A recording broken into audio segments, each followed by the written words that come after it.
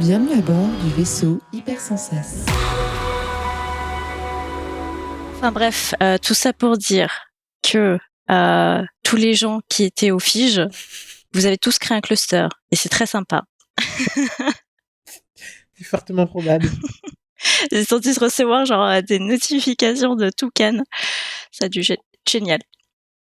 Mais voilà, pour clôturer cette parenthèse, je vous propose qu'on lance cet épisode 39 du Contrecast.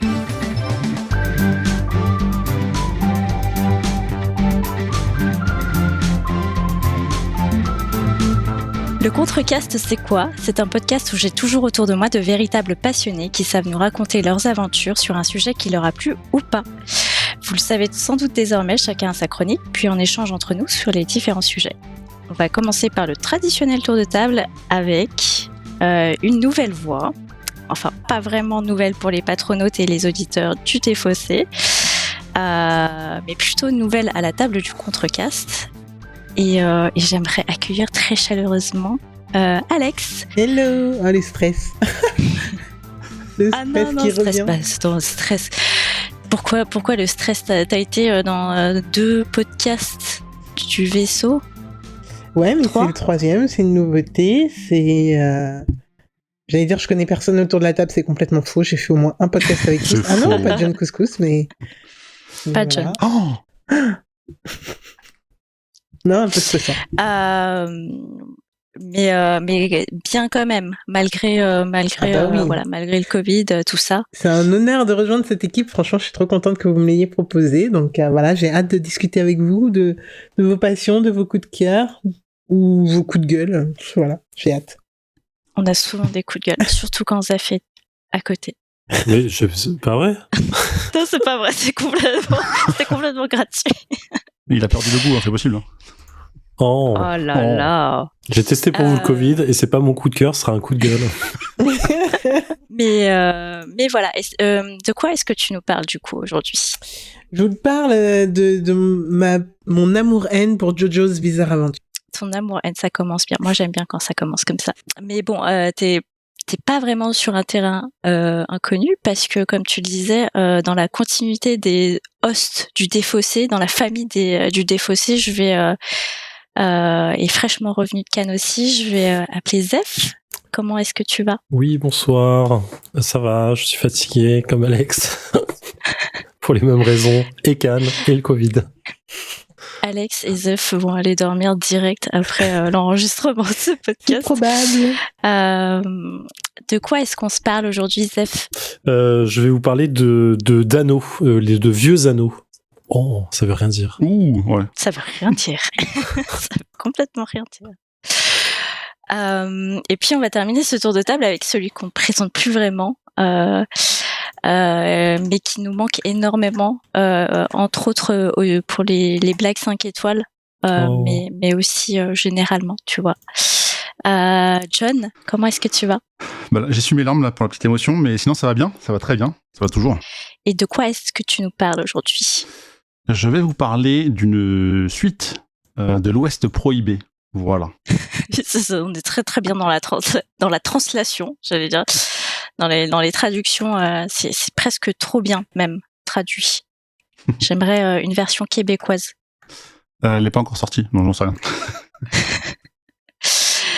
rien. Et bah c'est parti pour le premier sujet du coup.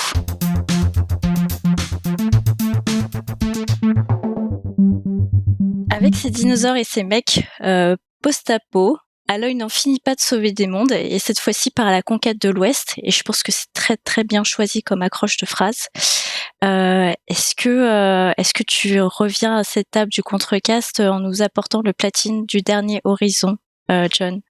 Est-ce qu'on peut décaler l'enregistrement de quelques semaines et je pourrais te dire oui? Parce que, du coup, malheureusement, non, j'ai pas encore platiné, mais parce que je joue à d'autres jeux entre-temps. Mais je peux quand même vous parler du jeu, parce que je l'ai terminé. Alors déjà, est-ce qu'on peut faire un petit rappel sur le premier? Déjà, un truc qui me dérange, et je pense que vous l'avez tous entendu, toutes et tous entendu au moins une fois. On dit pas Horizon Zero Dawn, on dit Horizon Zero Dawn. Voilà, juste pour la partie anglaise. Et ça, c'est le premier titre qui était sorti en mars 2017 sur PlayStation 4, puis en 2020 sur PC, développé et édité par Guerrilla Games. Et c'est pareil pour la suite, qui elle est arrivée tout récemment, donc en 2022. Je vais même plus noter la date exacte, mais c'est en février. J'ai un doute sur le jour, mais peu importe, c'est déjà dispo. Alors, petit warning, je vais pas spoiler l'histoire du deuxième. Je vais essayer de faire comme dans un article que j'ai rédigé, mais un petit peu forcément sur le premier. En tout cas, je vous apporterai très très peu d'éléments sur le second si vous ne l'avez pas encore fait. Mais si vous avez fait le premier et pas le second, je sais pas pourquoi vous écoutez encore ce podcast, faites pause pour reprendre plus tard et allez jouer. En tout cas, j'ai kiffé. Voilà, spoil déjà, c'était assez fou. J'avais même pas vu le trailer de l'annonce, j'avais juste eu envie d'y jouer, sachant qu'il y avait un nouveau horizon. Donc j'ai regardé après avoir fini le jeu, je me dis ah ouais, il y a quand même pas mal de trucs qu'on voit. Alors sur quelques demi-secondes, quelques secondes, mais je suis le genre de personne, je sais qu'il y a un jeu qui sort, je regarde pas le trailer. C'est pareil pour le prochain God of War qui sortira dans les mois à venir, ou d'autres, quand j'ai très envie de faire quelque chose et que je veux pas avoir d'infos, je regarde pas les trailers. C'est comme les bandes annonces de ciné, quoi. C'est un truc que je préfère découvrir, avoir un maximum de surprises. En tout cas, j'ai eu la chance de recevoir ce titre 3 semaines avant la sortie. Je suis hyper fier de ma blague que j'ai fait en titre d'article et je pense pas l'avoir retrouvé sur un autre média français. J'ai mis que c'était une suite au doigt et à l'œil. Alors j'espère que vous avez un peu pouffé derrière vos micros ou de vos écouteurs, mais moi ça m'a fait marrer, ça me fait encore marrer aujourd'hui. On me l'a même dit pas plus tard qu'hier, au bout de 3 semaines de publication. Tout ça pour dire que donc c'est Aloy qu'on incarne, l'héroïne, une chasseuse de machines, donc qui est comme de mecs, dans un monde post-apo. Et c'est très très bien. Ça se passe 6 mois après les événements du premier. Faut savoir aussi, je fais à nouveau une parenthèse, je suis pas quelqu'un qui est très très fan des open world en général, parce que j'ai un grave problème avec ça, c'est que je sais jamais où donner de la tête. Et c'est d'autant plus vrai dans ce Horizon, puisqu'il y a beaucoup de choses à faire. Alors, clairement, il y a une première petite angoisse qui s'est annoncée quand j'ai pu ouvrir la carte pour la première fois, c'est qu'il y a beaucoup de choses à l'écran. Il y a des quêtes de partout, que ce soit l'histoire principale ou les très très nombreuses possibilités, enfin les quêtes secondaires, il y en a plein. Je vous les spoilerai pas toutes parce qu'il y a des trucs qui sont nouveaux. Mais voilà, ça pourrait dire que ça a été compliqué pour moi d'avancer uniquement sur cette histoire. Mais très vite, j'ai retrouvé mes repères de l'époque. Évidemment, c'est magnifique. Enfin, franchement, commencer par le perso qui est ultra badass. Il y a eu des scandales absolument inutiles, comme quoi elle avait de la moustache. Bah oui, en fait, faut sortir dans la rue et voir que on a tous une certaine pilosité et c'est pas un truc de nouveau, mais ça a choqué les rageux, quoi. Bref, on s'en fout. Je sais à tel point, enfin, ça peut dire que c'est bien fait. Elle a vraiment, enfin, c'est tous les héros, héroïnes de enfin tous les, comment dire, les personnages de ce jeu ont une particularité. Ils ont un petit défaut, comme on en a tous dans la vraie vie, et ce qui rend le truc encore plus cool, j'ai trouvé. Enfin bref. Ça fait beaucoup de parenthèses, mais ça pourrait dire que on en a beaucoup parlé de ça. Pas à tort, je pense, mais en tout cas, c'est bien. Ces persos sont vraiment tous. Il y a un truc, quoi. Je trouve qu'il y a une richesse dans ce jeu qui se représente dans plein de points, plein de sujets, dont les personnages. Dans les quêtes, un petit peu dont j'aimerais parler. Je vous parle vraiment absolument pas de l'histoire, mais plus mon ressenti par rapport au jeu, parce que j'ai envie de vous laisser découvrir si vous connaissez. La seule chose que je peux vous dire au niveau de l'histoire, c'est que si vous n'avez jamais joué au premier, ne jouez pas au deuxième, parce qu'il n'y a aucun intérêt, c'est la suite logique, on va dire. Donc autant commencer par le premier, qui en plus doit coûter 15-20 balles en neuf, donc vraiment allez-y. Et ensuite revenez sur cet épisode, qui est dispo sur PS4 et PS5, mais faites-le sur PS5 si vous pouvez. Il y a des quêtes un peu, comment dire, classiques. Celle que je préfère, c'est celle des grands coups. Alors les grands coups, imaginez cette espèce de girafe, en fait, un méca, mais qu'on doit grimper pour essayer de pirater, ce qui va révéler une partie de la carte. Et là, on verra un peu plus les reliefs, les zones, les quêtes qui sont autour de ça. Et à chaque fois, c'est une espèce de petite expédition, un petit truc en fait. Enfin ouais, c'est un mini parcours d'escalade parce que ces grands coups n'ont pas toute la même saveur, j'ai envie de dire. C'est pas juste grimper, parce qu'il y a une échelle dessus. C'est accéder à une zone qui nous permettra de sauter dessus. Ça peut être éventuellement faire en sorte que ce grand coup puisse fonctionner. Enfin voilà. Et encore là, je veux vraiment pas trop en dévoiler parce que c'est quelque chose qui, à chaque fois, ça m'a mis les frissons de me dire, je vais essayer de grimper à ce truc-là, vraiment trouver la meilleure zone, le meilleur endroit. C'est un truc qui est anodin, je pense, dans le jeu, mais je trouve qu'il y a une saveur vraiment particulière, comme je disais, qui fait que c'est un côté découverte qui est vachement bien.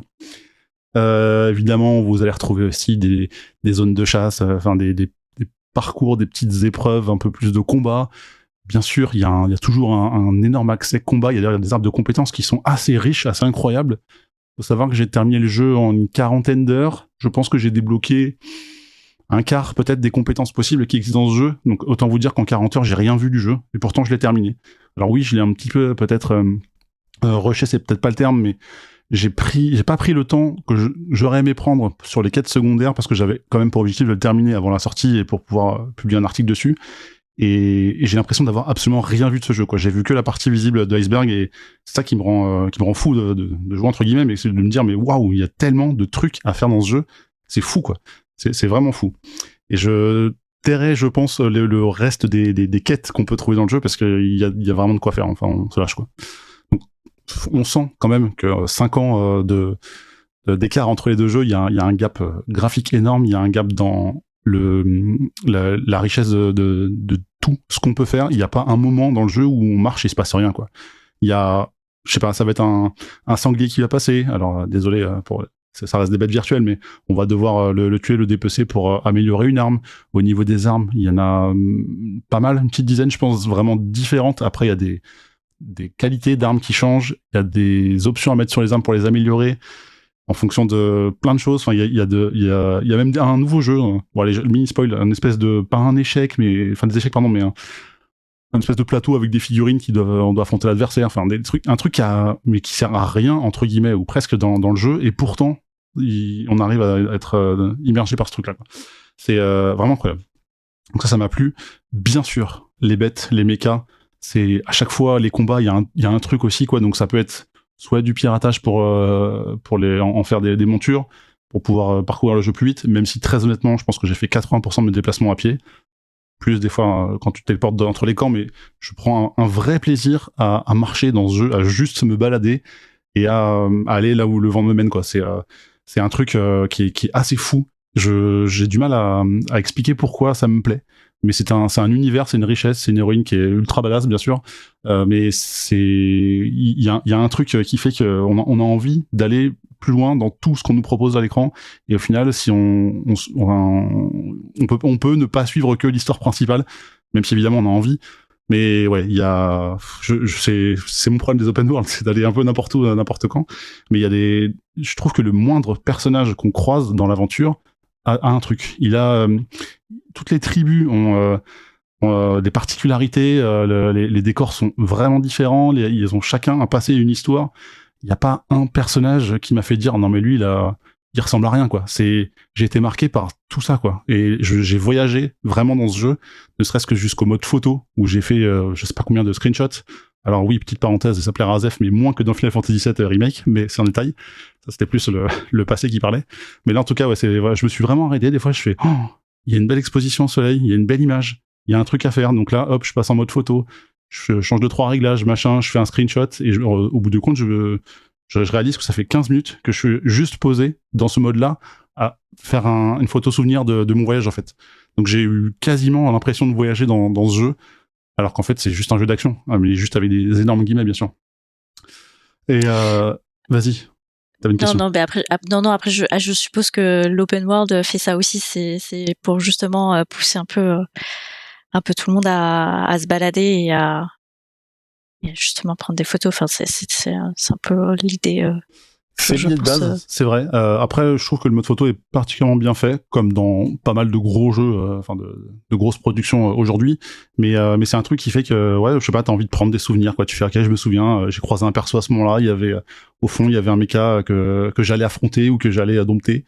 Et c'est un truc, voilà, ça, tu crées ton souvenir comme ça dans le jeu. Et il y a alors je suis pas très open world comme je disais de base, mais il y a quand même peu de jeux qui m'ont donné envie de faire ça, de me poser juste pour savourer l'instant, enfin visuellement, quoi. Alors évidemment, j'ai joué sur une grande télé, j'étais collé à la télé et j'étais dedans, j'étais à fond, quoi. Mais ouais, non, c'est assez fou, quoi.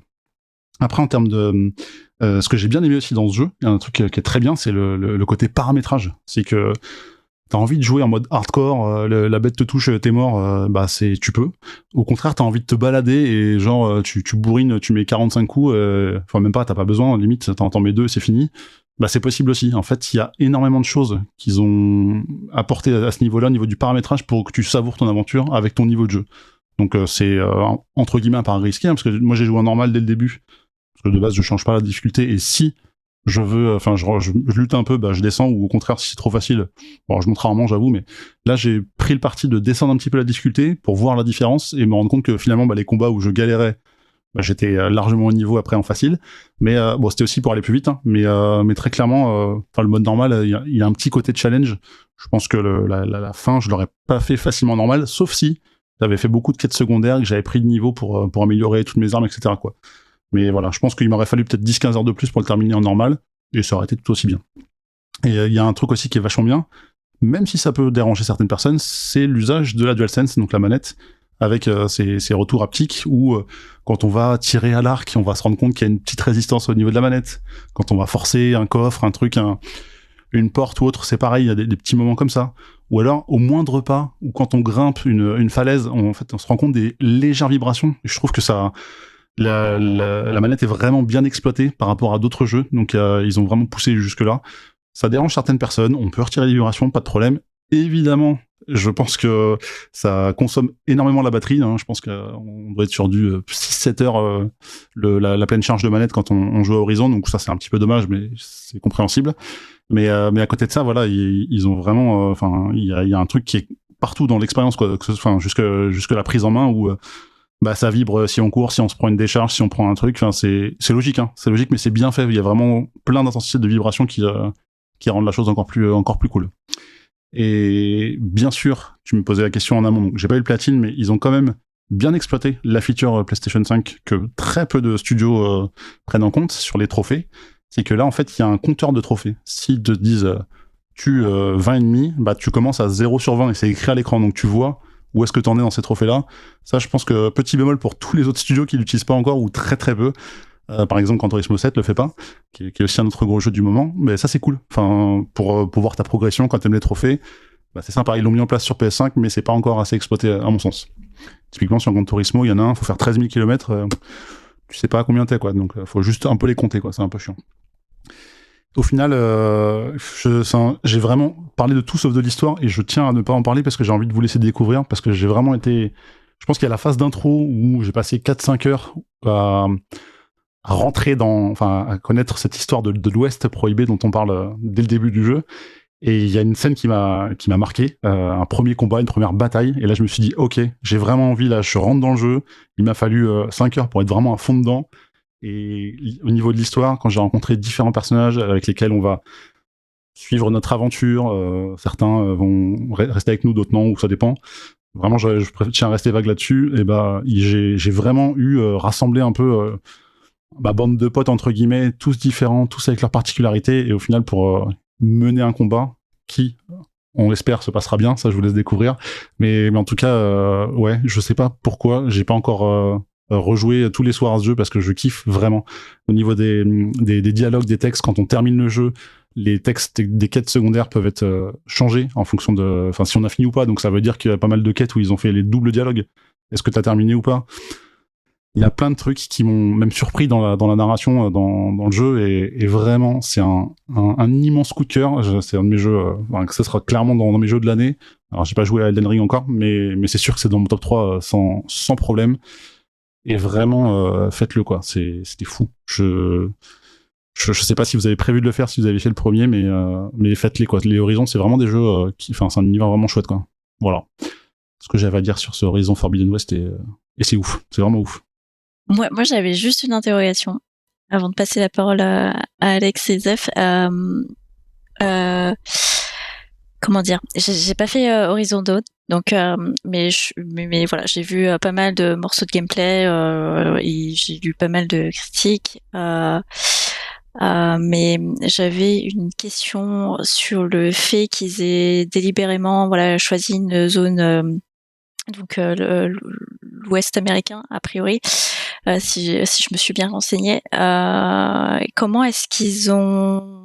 Est-ce que l'environnement a drastiquement changé depuis le premier, le premier jeu, et comment ça se traduit visuellement?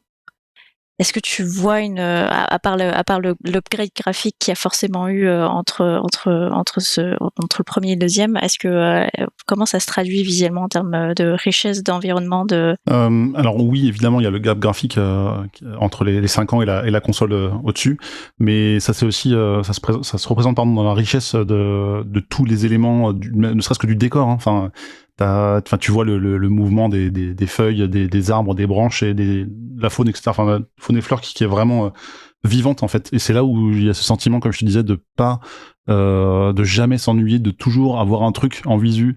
Enfin, les textures elles sont chargées au loin, t'as même pas l'impression d'avoir un temps de chargement. Enfin, alors oui, évidemment, il y a le côté PS5 quand tu téléportes à l'autre bout de la carte, ça prend 2 secondes, c'est un plaisir quoi. Avant, enfin j'exagère à moitié, mais quand tu voulais te téléporter, bah tu fais téléporter, tu vas aux toilettes et tu reviens. Là, c'est vraiment, ça s'arrête jamais en fait. Donc il y a ce truc qui est à la fois la prouesse technique de la console qui a changé, et en plus le fait qu'ils aient densifié un peu cet univers au point peut-être d'en devenir un peu angoissant parce qu'il y a des trucs à faire partout quoi. Mais moi ça m'a pas dérangé, au contraire, je me dis je peux aller n'importe où, j'aurai quelque chose à faire sans même regarder la carte, et c'est ça qui est cool. Donc je pense pas que ce soit un dépaysement par rapport au premier. Enfin, c'est pas une révolution. D'ailleurs, je pense même au niveau du gameplay, ils ont rajouté plein de choses, mais c'est juste une suite logique en fait. C'est le même en beaucoup mieux, je dirais. C'est pas révolutionnaire, c'est pas différent en soi quoi. Et donc il faut vraiment avoir joué au premier pour se lancer dans ce deuxième opus. Alors, ils expliquent dès le début du jeu, souviens-toi, il s'est passé ceci, cela. Mais en vrai, c'est quand même, je trouve qu'il y a beaucoup plus de saveur à passer d'abord par le premier. Ce serait dommage de commencer par celui-ci, à mon sens. Et c'est ce que disent toutes les critiques de ce que j'ai pu voir. En fait, je me demandais si c'était un avis perso, mais ça a l'air d'être partagé quand même. C'est que si t'as pas fait le premier, c'est un peu dommage, quoi. Ok. Zef ? Oui, bonjour. Bonjour. Je sais que tu étais très occupé, mais est-ce que ça fait partie de ta to-do list ?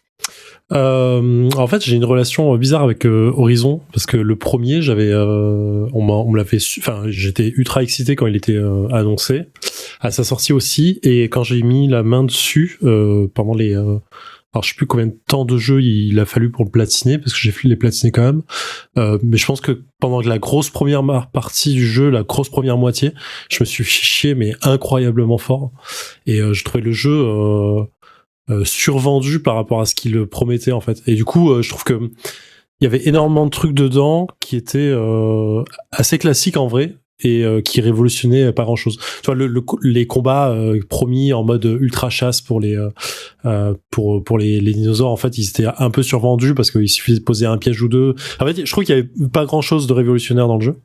Même en termes d'histoire, je le trouvais assez classique au début, et j'étais vraiment assez étonné des retours dithyrambiques que j'avais autour de moi. Et sur la deuxième partie du jeu, je me suis un peu plus senti impliqué dans l'histoire, et les mécaniques étaient un peu plus cool, je trouve.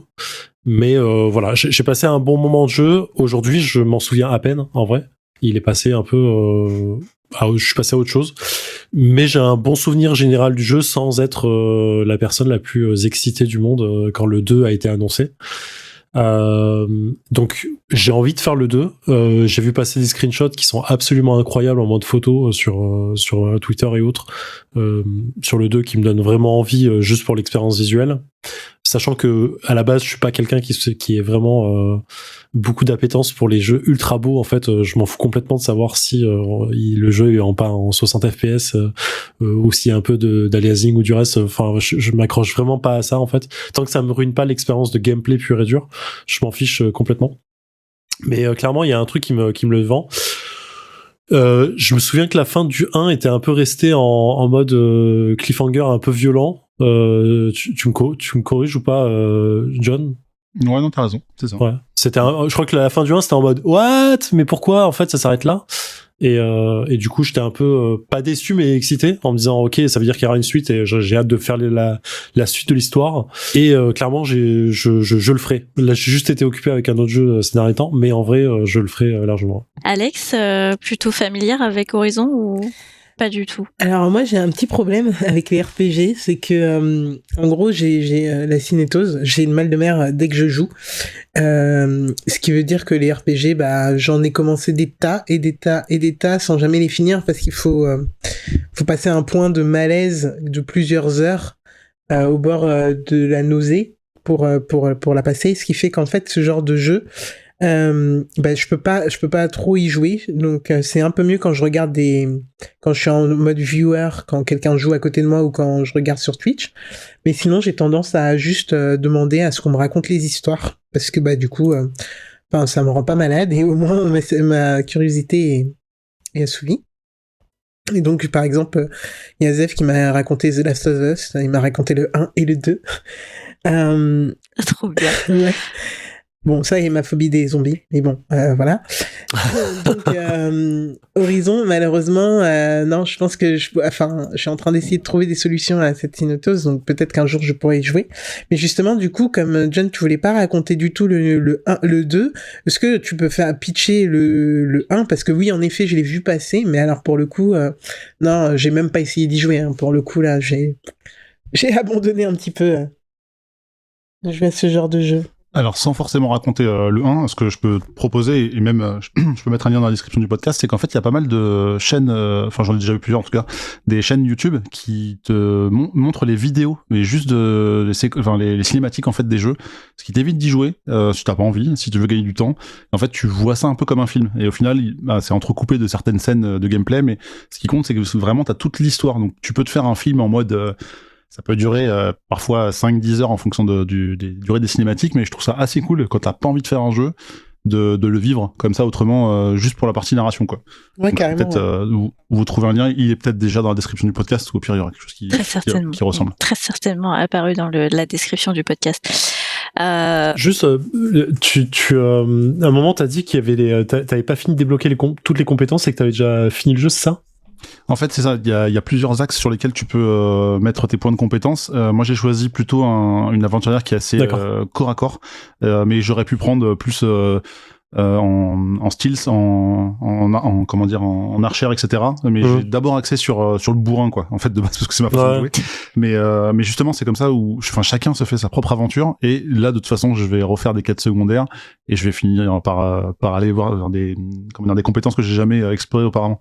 Mais c'est là où aussi ce que j'ai pas dit, c'est que si tu fais que l'histoire en mode promenade, c'est-à-dire, enfin, tu prends pas de dégâts, tu vas pouvoir terminer le jeu en 20 heures. Mais ce serait gâché, vraiment. En revanche, si tu fais tout, je pense que c'est pas moins de 100 heures, quoi. Donc il y a quand même un énorme contenu, et c'est pas de la quête FedEx, dire tu peux aller me chercher un paquet de chips et tu reviens et ça va te prendre 2 heures. C'est vraiment, il y a un truc, quoi. Il y a des quêtes secondaires qui sont ultra cool, qui ont même parfois un petit impact sur non mais même c'est faux ce que je dis.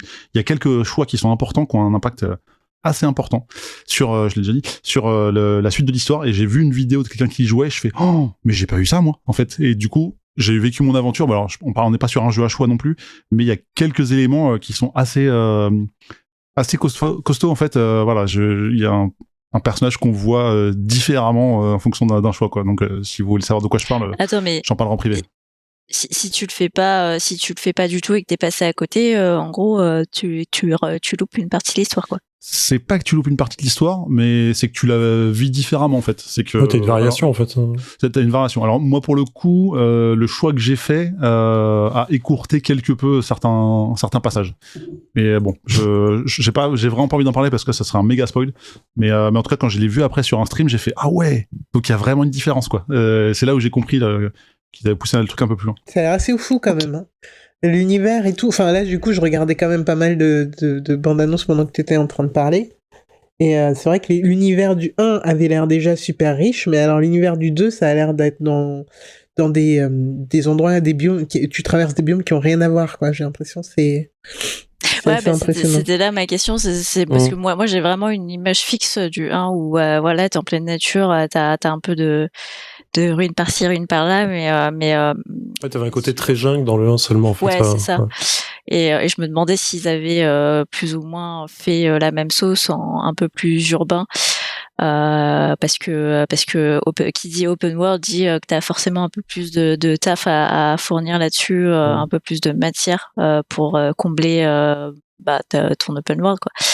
Donc, est-ce que c'est sensiblement la même sauce ou est-ce qu'ils ont quand même pris le parti de faire vraiment des biomes littéralement différents de ce que t'avais dans le 1? Je pense que ça complète ce qu'il n'y avait pas forcément dans le 1. Il y a des choses qui sont vraiment des choses qui ressemblent, hein. Clairement, on n'est pas perdu quand on arrive. Mais après, on découvre des villages, des tribus qui ont un truc, qui ont une saveur particulière. Des choses, il y a des nouveaux pouvoirs aussi qui se débloquent. Enfin, vous l'avez peut-être vu dans les vidéos, mais pareil, je vous laisse découvrir si vous connaissez pas.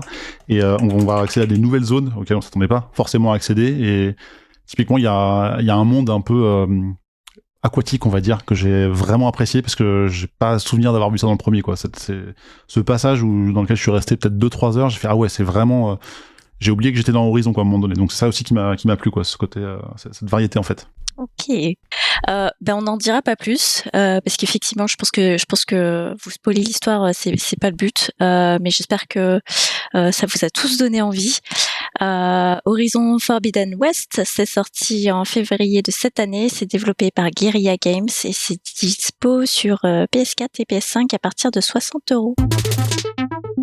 En regardant, en me renseignant, disons, un peu sur Jojo, parce que je ne fais pas partie des gens qui ont vraiment regardé Jojo Bizarre Adventure, pardon.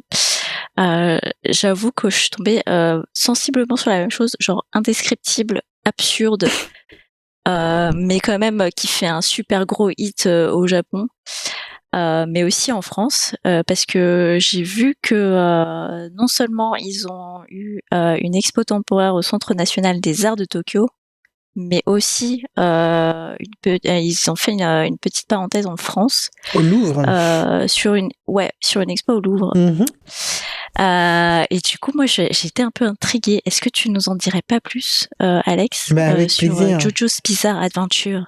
Avec plaisir. Et si on m'avait dit il y a quelques mois, années, que je dirais avec plaisir pour parler de Jojo, tu sais quoi, là, je ne l'aurais pas cru. Donc, comme je le disais, je vais vous parler de mon amour-haine pour Jojo's Bizarre Adventure. Je pense que je vais pas me faire que des amis pour cette première dans le Contrecast, mais allons-y. Alors, juste pour un petit peu de contexte, c'est un manga qui est écrit par Hirohiko Araki. Donc c'est un manga qui a commencé en 86, genre il est plus vieux que moi, ce manga. De base, il était dans le Weekly Shonen Jump et il a migré en 2005 dans l'Ultra Jump. Moi, quand on me l'a vendu, ce manga, on me l'a vendu en mode c'est le père du shonen, c'est vraiment celui qui plante la graine de ce qui va arriver par la suite dans plusieurs mangas que je vais évoquer plus tard. Et alors vous me connaissez pas forcément encore, les auditeurs du Contrecast, mais moi je suis le genre de personne qui a commencé Star Trek Discovery parce qu'on m'a dit dans le 13e épisode il va se passer un truc de ouf. Et donc je me suis tapé les 13 premiers épisodes que j'ai pas trouvé du tout dingue pour arriver à ce 13e là où il se passe vraiment un truc de ouf. Et en fait c'est un peu comme ça que j'ai vécu Jojo. Mon expérience de Jojo c'est un peu ça. C'est-à-dire que j'ai pas du tout adhéré aux 5 premières saisons. Ah non, 4 premières saisons avant d'arriver à la 5e et d'être complètement mind blown. Donc, il faut un peu de persévérance, en tout cas de mon côté. Attends, il y a juste une parenthèse. Il y a combien de saisons pour que tu aies pu avoir le temps de détester 4 saisons? Là, Netflix est sur la 6e. C'est le 6e arc. Non, mais c'est complètement dingue. Mais t'inquiète pas, je vais te raconter. Ouais, donc voilà, moi au début je connais Jojo, au début je connaissais vraiment pas, j'en avais même jamais entendu parler. C'est pas comme Naruto que j'ai mis 100 ans à commencer, c'est quelque chose que j'ai mis vraiment du temps à découvrir. Et je l'ai découvert, je crois que c'était un streamer d'Overwatch qui avait des tableaux et qui avait mis sur ses murs, bref, et il demandait à ses viewers ce qu'ils en pensaient. Et là, ça avait commencé à spoiler de fou dans le chat sur Jojo, et moi, ça me parlait pas, donc je suis allé voir sur Internet ce que ça pouvait être, et je pense que je suis tombée sur les trucs les plus bizarres du monde en termes de manga. Je pense que quand tu disais que, Anya, que ça te... Enfin, que t'avais vu des retours comme quoi c'était un des trucs les plus bizarres, distordus, voilà, c'est pas étonnant parce que quand on tape dans Google Jojo, on tombe sur des trucs franchement intéressants, on va dire. Et du coup, bah moi j'ai commencé parce que justement en parlant avec un collègue, il me disait bah non, Frat Shoujo c'est vraiment le père du manga, faut absolument regarder, c'est génial, etc. Bref, donc je me suis lancé. Pour être tout à fait honnête, le tout premier arc, j'ai mis 8 mois entre le début, ou le moment où je l'ai commencé et la fin, et au moment où je l'ai terminé, tellement j'ai pas aimé du tout, j'ai pas adhéré. Mais mon côté maso a voulu persévérer. Alors, qu'est-ce que c'est Jojo ? Comme je l'ai dit, c'est un manga qui a commencé en 86 et qui va suivre l'histoire d'une famille qui s'appelle les Joestar sur plusieurs générations. Donc, on va avoir chaque arc va suivre une partie différente de cette famille et on va pouvoir contempler un petit peu la descendance du premier Joestar et les suivre dans leurs aventures tout aussi bizarres les unes que les autres. Ce qui est assez cool, c'est que Araki, il a un délire très très particulier avec son manga.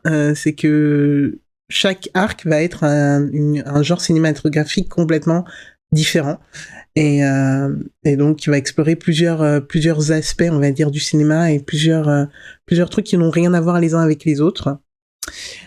Pour vous parler un petit peu des différents arcs avant de compléter. Donc, on a le premier qui s'appelle Phantom Blood, qui va se passer plutôt à l'ère victorienne, 19e. Voilà, on va suivre Jonathan, Joestar, le tout premier des Joestar qu'on va vraiment suivre. Ensuite, on a Battle Tendency avec Joseph, qui va se passer dans les années 1938 par là. Stardust Crusader, qui va être un grand voyage, un buddy movie, on va dire, à travers le monde, donc avec Jotaro, dans les années 1989. Diamond is Unbreakable, c'est plutôt un huis clos dans une ville japonaise, avec une sorte de thriller polar. Golden Wind, qui est donc en 5e, qui se fasse passer à Naples, et c'est plutôt en mode mafia gangster, dans les années 2001. Et ensuite, là, la version, ce qui est en cours sur Netflix, ça va être Stone Ocean, qui se passe dans une prison pour femmes en Floride en 2011. Donc vraiment, c'est juste des arcs qui n'ont absolument rien à voir. Ah oui, ce que j'ai pas précisé, c'est que je vais vous parler que des animes, parce que je n'ai pas lu le manga, donc je ne peux pas vous en parler. Mais en tout cas, moi, mon amour-haine est plutôt par rapport à l'anime. Donc ce qui est intéressant, ouais, comme je le disais, c'est que chacun de ces arcs-là va explorer vraiment un truc complètement différent par rapport aux autres. On va passer à l'époque victorienne avec une histoire de vampire, un peu d'horreur et tout, à un buddy movie en mode Indiana Jones à travers le monde, un truc de gangster, un polar, un truc en prison, enfin rien à voir les uns avec les autres. Juste on va avoir certains personnages qui vont se balader d'un arc à l'autre, puisque bon, on suit quand même les Joestar, donc ils ont quand même un lien de famille, donc il est possible qu'on en retrouve certains qui vont rendre visite à d'autres de temps en temps, mais c'est tout. Et là il y a 2 arcs supplémentaires je crois dans le manga, plus des spin-offs par rapport à des personnages qui ont plus ou moins plu dans les arcs que je viens d'énoncer. Souvent on va parler de Jojo comme un tout, mais en fait clairement, vu les différences, etc., là ça pourrait être carrément des mangas complètement différents qui ont été écrits par un même auteur, mais là je sais pas, enfin il en a fait vraiment un tout et c'est plus ou moins cohérent. Après en effet c'est faut s'accrocher. Après honnêtement, moi quand on m'a présenté, on m'a dit aussi que je pouvais sauter les premiers arcs. Je trouve que c'est un peu dommage, un peu comme le disait John tout à l'heure par rapport à Horizon. Enfin, autant, là, je m'en sens plus Horizon, ça a une vraie continuité, mais là, pour le coup, si on se tape un certain arc, autant savoir tout ce qui a mené à ça. Et c'est, même si j'ai pas adhéré forcément aux premiers arcs, je regrette pas d'avoir fait le 1 et le 4, du 1 au 4, avant de faire les 5 et le 6 qui sont à l'apothéose pour moi. Donc en termes de grand public, il y a eu un gros décollage pour le 3, je le sais, avec l'apparition d'un truc qu'on va appeler les stands, je vais y revenir. Alors que pour moi, ça a été plutôt, comme je l'ai dit, à l'arc Golden Wind, donc l'arc 5, et là Stone Ocean qui est en cours actuellement, et c'est aussi un truc que je suis en train de surkiffer, même si Netflix met beaucoup de temps à sortir la deuxième partie. Et donc je vais peut-être passer un jour sur les mangas papier, mais pour le moment, voilà. Donc, qu'est-ce qui fait que JoJo's Bizarre Adventure et JoJo's Bizarre Adventure, c'est que, alors, au tout début, je vais essayer de pas spoiler du tout. Enfin, clairement, je vais pas le faire. Donc, au tout début, on a quand même donc Jonathan qui va se battre contre un antagoniste et il va le faire d'abord avec les poings. Puis on va avoir l'apparition d'un truc qui s'appelle l'onde, et c'est un truc qui se rapproche beaucoup à la magie. D'ailleurs, c'est appris par un mec avec un chapeau de forme un peu à la manière d'un magicien. On a l'impression qu'il va sortir un lapin à tout moment. Donc c'est assez marrant au départ de voir que il y a cette dichotomie entre, enfin c'est pas dichotomie le mot, mais en tout cas on va passer des points vraiment à la magie. Et dans le 3, on va rentrer dans un truc qui s'appelle les stands. Et c'est ça qui a marqué le grand public à jamais. Moi, franchement, j'avoue que ça m'a pas... c'est pas vraiment ce qui m'a le plus fasciné. Mais j'ai une théorie de pourquoi, et ça, j'y reviendrai. Mais concrètement, les stands, qu'est-ce que c'est ? C'est des personnages... c'est une manifestation de votre âme en gros, qui va être visible que par une certaine partie de la population, qui va faire des choses pour vous. Donc soit il va se battre pour vous, soit il va vous ramener des choses, soit il y a autant de stands que de personnes en tout cas, et ils ont tous des pouvoirs assez particuliers. Et ça, faut imaginer que je vous parle d'un truc qui est né la Stardust Crusader se passe en 1989 et ça a été écrit entre 1989 et 1992. Et donc, en gros, c'est ce qui va donner par la suite plein de choses qu'on connaît dans les mangas actuels, comme par exemple dans Hunter x Hunter, on va parler du Nen, on va parler dans Yu-Gi-Oh, je pense que vous voyez tous dans Yu-Gi-Oh les gros personnages qui sortent des cartes ou qui se mettent derrière les protagonistes, etc. Voilà, tout ça, en tout cas, ça a la réputation d'avoir été inspiré par JoJo's Bizarre Adventure et ces fameux stands qui sont qui sont vraiment ce que je pense qui définit mieux JoJo's Bizarre Adventure. Donc voilà, ça c'est à partir de la partie 3 où les stands arrivent et ça va révolutionner vraiment le manga et le shonen. Moi, mes parties préférées sont donc Golden Mean qui va être avec Giorno qui est un personnage qui est juste un petit malfrat, un gangster qui essaye de prendre la place du baron de la mafia pour aider à lutter contre un fléau qui se répand dans la ville, mais bon, ça enlèverait à son statut de malfrat et il va rentrer donc dans un des sous-groupes de cette organisation pour pouvoir faire monter et accéder à la place du chef, on va dire ça comme ça. Et dans Stone Ocean, ça va être une fille qui s'appelle Jolene qui va découvrir qu'elle a elle va découvrir les stands. Elle est accusée de meurtre à tort ou à raison, ça même moi je le sais pas encore, on le sait, mais bon, bref, voilà. Et elle va essayer de s'en sortir dans cette prison pour femmes, mais il va lui arriver des petites emmerdes et qui vont faire que elle va beaucoup se balader dans cette prison pour femmes et elle va nous embarquer avec elle dans ses aventures, tout aussi bizarres que ses ancêtres. Donc voilà, j'ai essayé de pas du tout dévoiler quoi que ce soit, mais moi là je viens de vous résumer de manière très très grossière les deux arcs qui sont mes deux arcs préférés. Et pourquoi c'est mes arcs préférés? Golden Mean, donc celui qui se passe dans le milieu de la mafia, c'est la première fois depuis Hunter x Hunter où j'ai été surprise, mais alors vraiment par un manga où il y a des renversements de codes auxquels le spectateur ou la spectatrice ne va pas du tout s'attendre.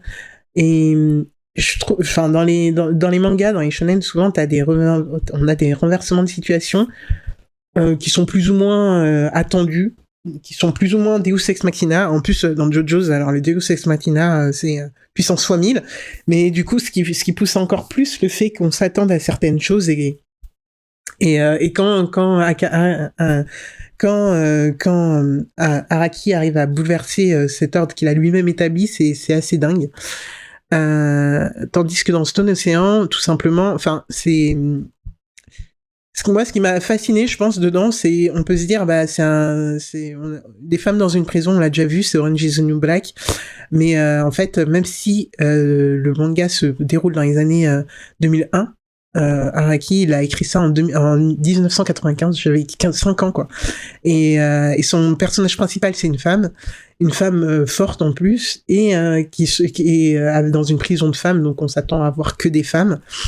Fun fact, d'ailleurs, il avait fait que des femmes à la base, en 2005, il était encore, il a changé de journal d'apparition en 2005, donc en 1995, il était encore dans le Shonen Jump. Shonen, par définition, on va dire que c'est pour les jeunes garçons. Donc, ils étaient pas très d'accord au Jump qu'il ait que des femmes dans son manga, et du coup Araki a changé deux des personnages, il les a transformés en hommes, et pour faire chier un peu le monde, et ben il les a laissés dans leur tenue, donc c'est des hommes qui se retrouvent dans des tenues très très féminines. Voilà, c'était un des fun facts de Stone Ocean. Voilà. Bon, alors j'ai pas encore d'avis final sur Stone Ocean, parce que c'est toujours en cours de parution au niveau de l'anime, mais c'est assez dingue. Au niveau de l'œuvre totale de JoJo, ce que moi je trouve fou, c'est, je pense que vous avez déjà tous vu ou entendu parler des JoJo's Pose, ou sinon googlez ça, parce que c'est assez impressionnant et assez fou à regarder. Et en fait, c'est Araki qui va s'inspirer de tout ce qui va être sculpture, mais vraiment ancienne, et de mode. Donc c'est c'est vraiment un choc entre la mode qui est plutôt récente, ou en tout cas qui date de l'époque à laquelle il a commencé, dans les années 1990, et les statues, des sculptures italiennes, etc., qui datent de l'Antiquité, ou je ne sais trop.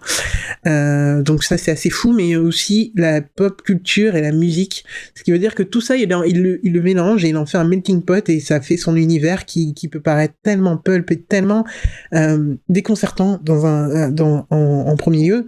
Donc Anya, je pense que quand t'as regardé un petit peu, c'est ça en fait, quand on est complètement extérieur de la JoJo, on se dit mais what the fuck, qu'est-ce que c'est que ce truc? Et je pense que c'était mon premier aperçu c'est ma première impression de JoJo's quand j'avais vu ces sculptures, ces tableaux chez le streamer en question. Et en fait, quand t'es dans l'univers que JoJo, en fait, même plus tu le vois, tout ça, ou alors tu l'attends, et donc tu te demandes c'est quoi la prochaine tenue, c'est quoi la prochaine pose, c'est quoi le prochain, ça fait tellement partie de son univers que c'est même plus, ça te déconcerte plus du tout, et ça, c'est un tour de force, je trouve, pour un auteur, d'arriver à te faire rentrer tellement dans son univers et de te l'imposer comme une normalité que, en fait, tu te poses même plus la question. Et force et respect du coup à Araki, qui arrive à quand même contourner pas mal de choses qu'on lui impose. On a essayé de lui imposer des tournois, il a mis des stands qui ont des pouvoirs tellement what the fuck que quand ils se battent, en fait tu sais jamais qui va gagner et comment. Il a imposé pas mal de tenues ou des personnages féminins forts dans un truc qui présente dans le Shonen Jump, et il a souvent été souvent les gens pensent que c'est une œuvre ouvertement pro-gay. Il s'en est défendu parce que en fait c'est même pas qu'il s'en est défendu, il dit que c'est pas du tout ça. Lui, il a ses inspirations, et c'est ça qui le laisse transparaître. Par contre, à force de se voir reprocher, il a mis des gays dans son œuvre, et sans s'en excuser, et comme une normalité.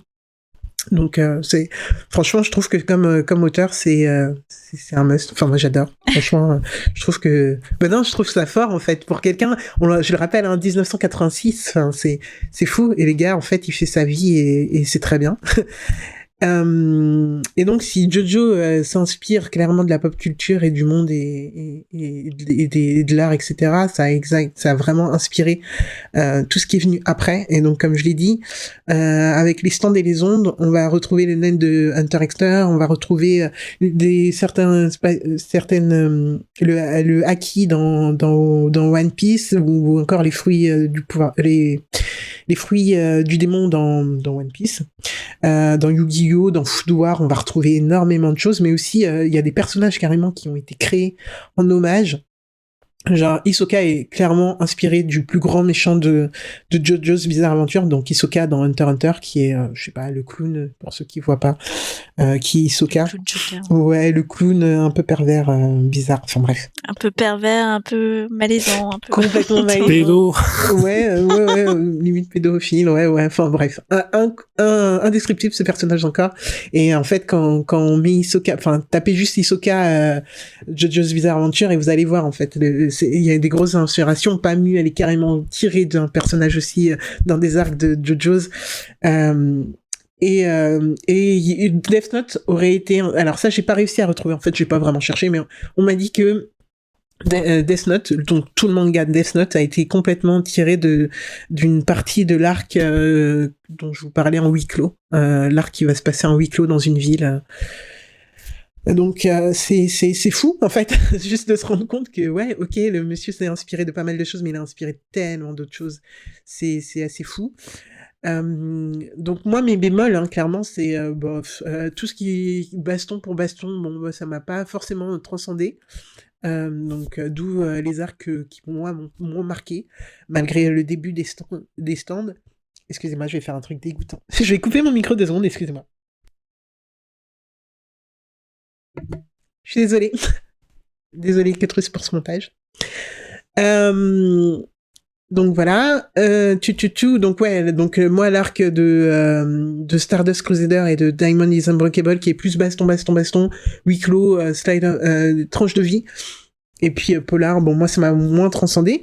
Mais il y a aussi un autre truc qui est un peu compliqué, moi, de mon point de vue chez JoJo. Ou alors on aime, ou alors on n'aime pas, je sais pas.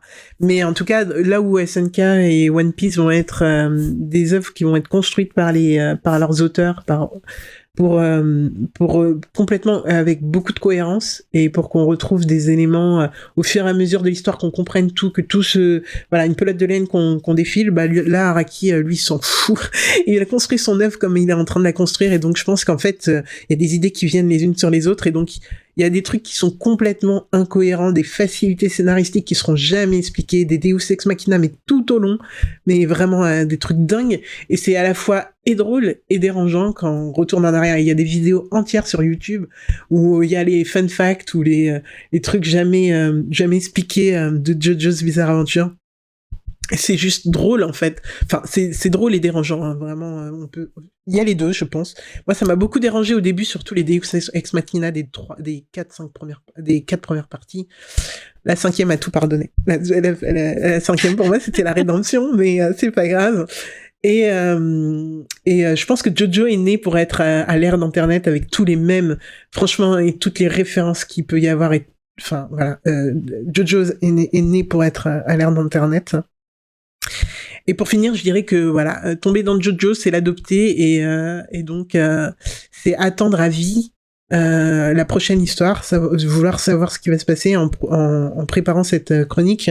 Ce que je me suis dit, c'est que j'ai vu tellement de choses sur les arcs qui me manquent, qu'en fait je serais pas étonné de juste zapper l'anime et de sauter à pieds joints dans le manga, parce que c'est JoJo's et parce que c'est fou, et voilà, malgré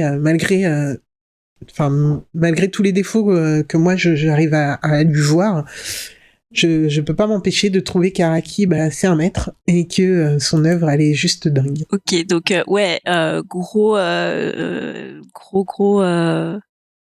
grosse hésitation sur les premières saisons, et grosse révélation sur les 2 derniers arcs.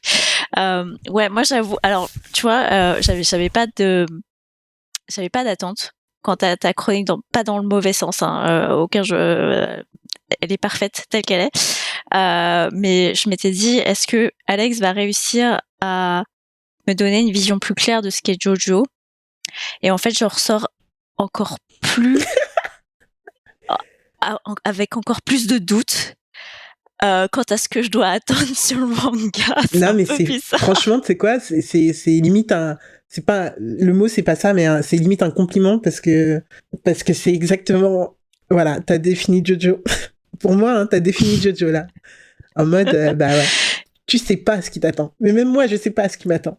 Donc, c'est ok. Mais ouais, c'est un vrai, et c'est fou parce que c'est un vrai produit culturel. Et en fait, quand j'ai découvert que ça a été publié en 86, je me suis dit, mais c'est impossible. Enfin, le mec, il est juste trop en avance sur son temps. Il est Où en en avance. fait, Il est loin. c'était il était déjà futuriste avant de pouvoir. Alors, juste entre parenthèses, 86, on avait, voilà, c'était l'époque de Ken le Survivant, par exemple. Et quand vous faites la comparaison des deux produits, c'est quand même le gap est, ouais, voilà, le gap est là.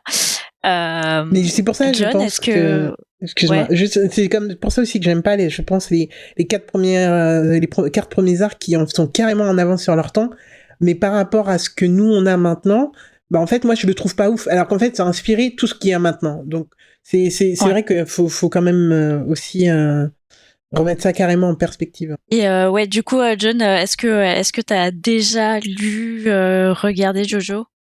Alors absolument pas. Je connaissais, j'ai déjà vu. Enfin pour moi c'était l'affiche avec il y a un personnage on dirait un peu Bison parce que c'est juste par rapport à son chapeau dans Street Fighter pardon Mr Bison. Mais sinon je connaissais pas. Et j'avoue que j'ai tiqué quand tu parlais de Joey Star. Je voulais faire une blague mais je vais la garder pour moi. Et Je pense qu'on y a tous pensé. j'ai cherché sur internet si ça avait un rapport et enfin si J'ai Joey cherché aussi, Star j'ai pas avait trouvé. ouais j'ai pas trouvé. Dans un Mais sens moi, comme dans l'autre. j'ai toujours cru que ça a été, c'était une traduction qu'ils avaient faite délibérée en France. Mais en fait, non. ouais, c'est tel quel, en fait. D'ailleurs j'avais Ouais. non. Oui. Non, vas-y. Hein. Non, j'avais l'explication de pourquoi il l'avait appelé Joey Star, mais je me rappelle plus, donc c'est pas pertinent. Ah c'était pertinent du coup comme intervention. Merci. Merci, Alex. Et non, sérieusement, j'ai pas lu mais je rejoins vraiment ton avis, Anya, en mode tiens cool, je vais pouvoir découvrir ce que c'est enfin. Bah en fait, je sais pas si j'ai vraiment compris, mais ça a l'air d'être différent, ça a l'air de, enfin ça change tout le temps mais comme tu disais aussi, Alex, il faut peut-être commencer par le début, même si tout n'est pas appréciable à même valeur, on va dire. Mais ouais, ça m'a intrigué, ça m'a peut-être donné envie de regarder comme une saison pour la culture. Et après on verra. Mais c'est vrai qu'il y en a quand même beaucoup. Et j'ai vu en tout cas, j'ai pas mal suivi. Il y a beaucoup de jeux vidéo qui sont sortis autour de cette licence. On a commencé même par le premier, enfin le Jojo qui est sorti en 93 sur Super Famicom pour info. Et il y en a eu plein depuis, dont des personnages, dont G-Star sur un jeu de combat sur Vita. Enfin bref, pour aller très loin. Et mais je suis de loin. Je savais que cet univers était assez particulier, mais ça a l'air assez attirant quand même. Ça me dit bien de tester au moins un petit peu. Je pense que si tu testes, faut persévérer. Hein. Enfin, tu vois, je te conseille de commencer par Phantom Blood, mais persévère, parce que franchement, va au moins jusqu'à la 3. Va au moins jusqu'à la 3. Non, mais... non, mais en soi, moi je l'ai pas aimé, mais je sais que la 3 c'est l'arc préféré de tellement de gens avec les stands. T'as combien d'épisodes sur Ah non, mais je ne dirai pas, j'essaie pas de vous décourager, moi. J'essaie de... Ok. Ça va, 130 épisodes de 50 minutes, c'est pas non plus... Ah non. Non, c'est complètement faux. Oui, du coup, Zef, est-ce que t'en avais déjà entendu parler ou est-ce que t'es déjà tombé dedans? Est-ce que j'avais déjà entendu parler de Jojo? Voyons. Avec Alex, Écoute. dans le défaussé, qui m'en parle à chaque fois. Oui, j'avais déjà entendu parler largement. Enfin, avant qu'elle m'en parle, je connaissais, mais j'avais pas jamais vraiment accroché. Cependant, Alex m'a dit un jour, il faut que tu regardes Hunter x Hunter. J'ai regardé et c'est l'un des meilleurs animes du monde. Donc, je sais qu'un jour, je devais plonger dans Jojo et que je remercierai Alex pour m'avoir fait plonger dedans. Mais j'ai juste pas le courage aujourd'hui de le faire en regardant effectivement toutes les saisons qu'il y a. C'est un truc. Mais à chaque fois qu'elle m'en parle, je suis en mode, je sais que je dois le faire. Je sais que je vais kiffer. Je sais qu'il y a trop de trucs que je vais être d'accord avec elle. C'est clair. Mais bon. Saison 5, elle est pour toi, mec. Elle est pour toi. Franchement, c'est sûr. Voilà. Je devrais commencer par celle-là. Non. C'est clair. Non. Mais non, parce qu'en fait, tu comprends pas les enjeux si tu commences directement par là. C'est pas possible. T'es censé avoir des saisons qui ont rien à voir. Donc, en fait, jumper d'un arc à un autre, ça devrait pas poser de soucis dans la ça a rien à voir, mais leur arbre généalogique a quand même une importance. Et là, en plus, dans le 5, faut comprendre. Faut vraiment comprendre. Parce que c'est pas genre des descendants, enfin, c'est pas des descendants directs, quoi. Enfin, faut suivre, faut suivre les le lien péripéties. familial, Ouais, quoi. et c'est assez ouf, hein, vraiment. Enfin, quand y repense, là, même moi, j'ai envie de me les refaire de la saison 1. Là, maintenant, en y repensant. Donc, en vrai, c'est faisable. Ouais, voilà. Ça fait partie de ces trucs qui sont dans ma liste Netflix depuis très longtemps. Et voilà. Ouais, oui, profitez en plus, c'est sur Netflix. Hein, peut-être que je jumperai avant dedans et que tu recevras un message. Ouais, voilà, et tu reboosteras encore mon envie de trucs. Ah oui, c'était My Hero Academia aussi que tu m'avais vendu, Alex. J'étais en train de chercher, il n'y avait pas que Hunter que tu m'avais vendu. Mais voilà. Mais je vous le vends en répétant que la saison 1, bon courage. Enfin, ouais, survivez au début, ça vaut le coup. Voilà, c'est tout ce que j'ai à dire. Bah, ça peut pas être pire que le début d'Hunter. Franchement, mec, t'es pas prêt. T'es pas prêt. C'est un truc qui est sorti en 1986. Hein. T'es pas prêt. Mais bon, je sais que beaucoup de gens adorent même cette partie et tout, donc voilà, il en faut pour tout le monde. Et je pense que vraiment, pour le coup, ça vaut le coup. Et c'est sûr, je mets ma main à couper les 2 dernières saisons, au moins pour Zef, qui est la personne que je connais le plus là autour de la table. C'est sûr, c'est du 100%. Mais bon, les 4 autres saisons, okay. Je sais pas. Elle a dit 100%. Elle a dit 100%. Non, mais je sais. Fois que tu reviens au Contrecast, tu nous en reparles. Non. Ou alors je viens plus pendant je sais pas combien de temps, mais je... Ok, merci Alex pour cette chronique. C'était JoJo's Bizarre Adventure, premier chapitre publié en décembre 86 et diffusé depuis octobre 2012, du moins au Japon. C'est créé par Hirohiko Araki et dispo du coup sur Netflix, Crunchyroll ou ADN. C'est le jeu dont tout le monde parle, tout le monde, tout Internet s'est donné rendez-vous à cette date pour grinder et faire des posts et des vidéos de comment ils ont fait quoi. Les ventes sont tellement titanesques que Bandai a décidé d'augmenter le salaire de ses employés au Japon. Est-ce que tu nous parlerais pas un peu d'Elden Ring, Zef? Mais bien sûr, hein, avec un énorme plaisir. Ça fait juste chier qu'on parle d'Elden Ring en même temps qu'il y ait Horizon Forbidden West dans la même émission. Une semaine juste après. Parce que je crois que le seul défaut de Horizon, je sais plus qui avait tweeté ça, mais qui avait dit que le seul défaut d'Horizon, c'est de sortir la même semaine qu'Elden Ring. Et bah, tu sais que je fais une parenthèse, c'est pas la même semaine, c'est une semaine après, non? Ouais, mais c'est dans les jours qui suivent, quoi, tu vois, genre, c'est le truc. Et Horizon, premier du nom, son seul défaut, c'était de sortir à peu près en même temps que Zelda Breath of the Wild aussi. Ouais, c'est ce que j'allais dire juste après. C'est-à-dire, le problème, c'est que le premier était sorti en même temps que Zelda. Et il y a tellement de comparaisons aujourd'hui entre Elden Ring et Zelda sur l'effet de open world, dans le sens de open world à la Zelda. Parce que pour moi, il y a une vraie différence entre ce qu'on appelle open world dans Horizon et dans Zelda et donc dans Elden Ring, enfin voilà, que c'est assez antinomique presque. Grosso modo, je pourrais prendre toute la chronique de Jordan sur Forbidden West et dire c'est tout pareil, mais c'est tout le contraire. Et pourtant, c'est aussi bien. Je vais pas faire de comparaison, j'ai pas du tout testé Forbidden West, donc je peux pas comparer. J'ai lu énormément de trucs différents, mais pour moi les deux jeux sont complètement à l'opposé l'un de l'autre, et pourtant c'est deux open world. Je vais faire un rapide rappel de ce que c'est From Software et de mon amour que j'ai pour cette société depuis Dark Souls 1 et Demon's Souls et Dark Souls 2 et Bloodborne et Dark Souls 3 et Sekiro depuis peu.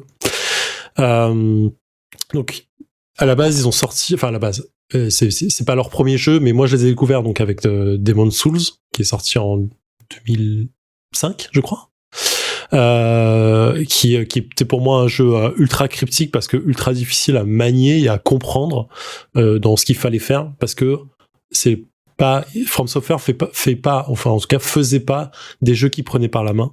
C'était on te lance dans le jeu et tu te débrouilles pour arriver à la fin et pour comprendre ce que tu dois faire et pour comprendre l'histoire aussi, parce qu'on va pas t'en mettre, en fait elle est ultra cryptique et chaque petit challenge que tu vas avoir en face de toi va être assez dur, et il va être de plus en plus dur, et à chaque fois que tu en sortiras grandi, et à la fin tu auras l'impression d'avoir fait l'Everest. Et c'est vrai. C'est vraiment la sensation que moi j'ai eue dans chaque jeu de From Software. Clairement, Dark Souls est pour moi dans le top 3 des meilleurs jeux vidéo que j'ai pu tester dans ma vie. Pas loin, il y a Bloodborne et Dark Souls 3 et voilà quoi. Donc Elden Ring aujourd'hui c'est un aboutissement. Et tout ce que je vais dire, ça n'engage que moi. Hein. C'est vraiment que ma sensation, que ça. Donc je dis pas que c'est le cas. C'est vraiment la façon dont je le ressens. Et je vous attends pour en discuter quoi. C'est l'aboutissement de tous leurs jeux à la fois. C'est un melting pot et surtout c'est prendre le meilleur de ce qu'on a déjà créé et faire 1000 fois mieux d'un coup en fait. La meilleure comparaison que j'ai lue, je crois que c'était un tweet d'Exerve qui disait From Software, ça donne l'impression ils ont fait Demon's Souls, Dark Souls, c'était un avion en papier. Aujourd'hui, ils ont fait une fusée et ça fonctionne en fait. Et il y a pas eu autant de temps que ça entre les deux quoi. Donc Elden Ring, c'est un Dark Souls-like, on va pas se le cacher, c'est vraiment du Dark Souls pur et dur. C'est un monde ouvert, donc pour l'histoire de base, c'est le monde d'Entre-Terre. C'est absolument pas relié à tous les Dark Souls parce que Miyazaki déteste faire des suites. Mais grosso modo, dans le passé du monde, l'ordre du monde était maintenu par ce qu'on appelle l'Elden Ring et la prospérité du monde était assurée par ce qu'on appelle l'arbre monde. C'est une espèce d'arbre géant qui est au milieu du monde, qui est fait d'or et qui parfois laisse tomber ses feuilles dorées sur le monde. Et à un moment, il s'est passé un truc bizarre, c'est que l'Elden Ring, donc les anneaux qui étaient qui maintenaient l'ordre du monde, ont éclaté. Et chacun, en fait, a récupéré des fragments de ces anneaux et sont devenus des demi-dieux et ont voulu conquérir le monde. Il y a eu des grandes guerres derrière. Tout le monde a été dévasté. Les régions se sont entretuées. Donc c'est la mort à peu près partout et c'est le chaos. Et sur ces entrefaits, nous, on arrive là, on est ce qu'on appelle un sans éclat. Donc, on est rien, en fait. Vraiment, on fait comprendre dès le début qu'on est une grosse merde et que notre seul but, c'est d'arriver à se présenter devant l'arbre monde et de réclamer le trône du monde, de l'Elden Ring, grosso modo, pour pouvoir devenir la nouvelle homme ou femme d'Elden. Vous y comprenez ce que vous voulez. C'est vraiment cryptique, mais c'est comme ça. Donc on commence le jeu comme tout From Software. Aujourd'hui il y a un tuto qui est un peu caché, mais il y a une zone tuto qui va vous apprendre les bases, qui va vous montrer comment attaquer, comment parer, comment rouler, parce que grosso modo le jeu peut être résumé par rouler, attaquer, rouler, mourir, recommencer. Et grosso modo une fois qu'on a passé cette zone qui doit durer une dizaine de minutes, on est lancé dans un open world absolument monstrueux. Je ne peux même pas me donner la taille de la carte tellement elle est grande. On va devoir en fait comprendre nous-mêmes comment avancer dans ce monde-là. C'est-à-dire qu'en fait, on va rencontrer un PNJ qui va nous dire voilà, ta quête elle est comme ça, deviens la nouvelle. Moi, j'ai pris une personne féminin, donc la nouvelle dame d'Elden, et c'est tout. Et le seul truc qu'on nous dit, c'est ça. Il y a au contraire de tous les autres jeux d'open world qu'on peut connaître aujourd'hui. Quand on ouvre la carte, il y a absolument zéro indication. On a une carte brute avec les paysages, des trucs dessinés qui ressemblent à des ruines ici et là, des trucs qui ressemblent à des grottes ou des entrées de grottes, on n'est pas sûr. Il y a des forêts, il y a des lacs, il y a des bâtiments et ainsi de suite.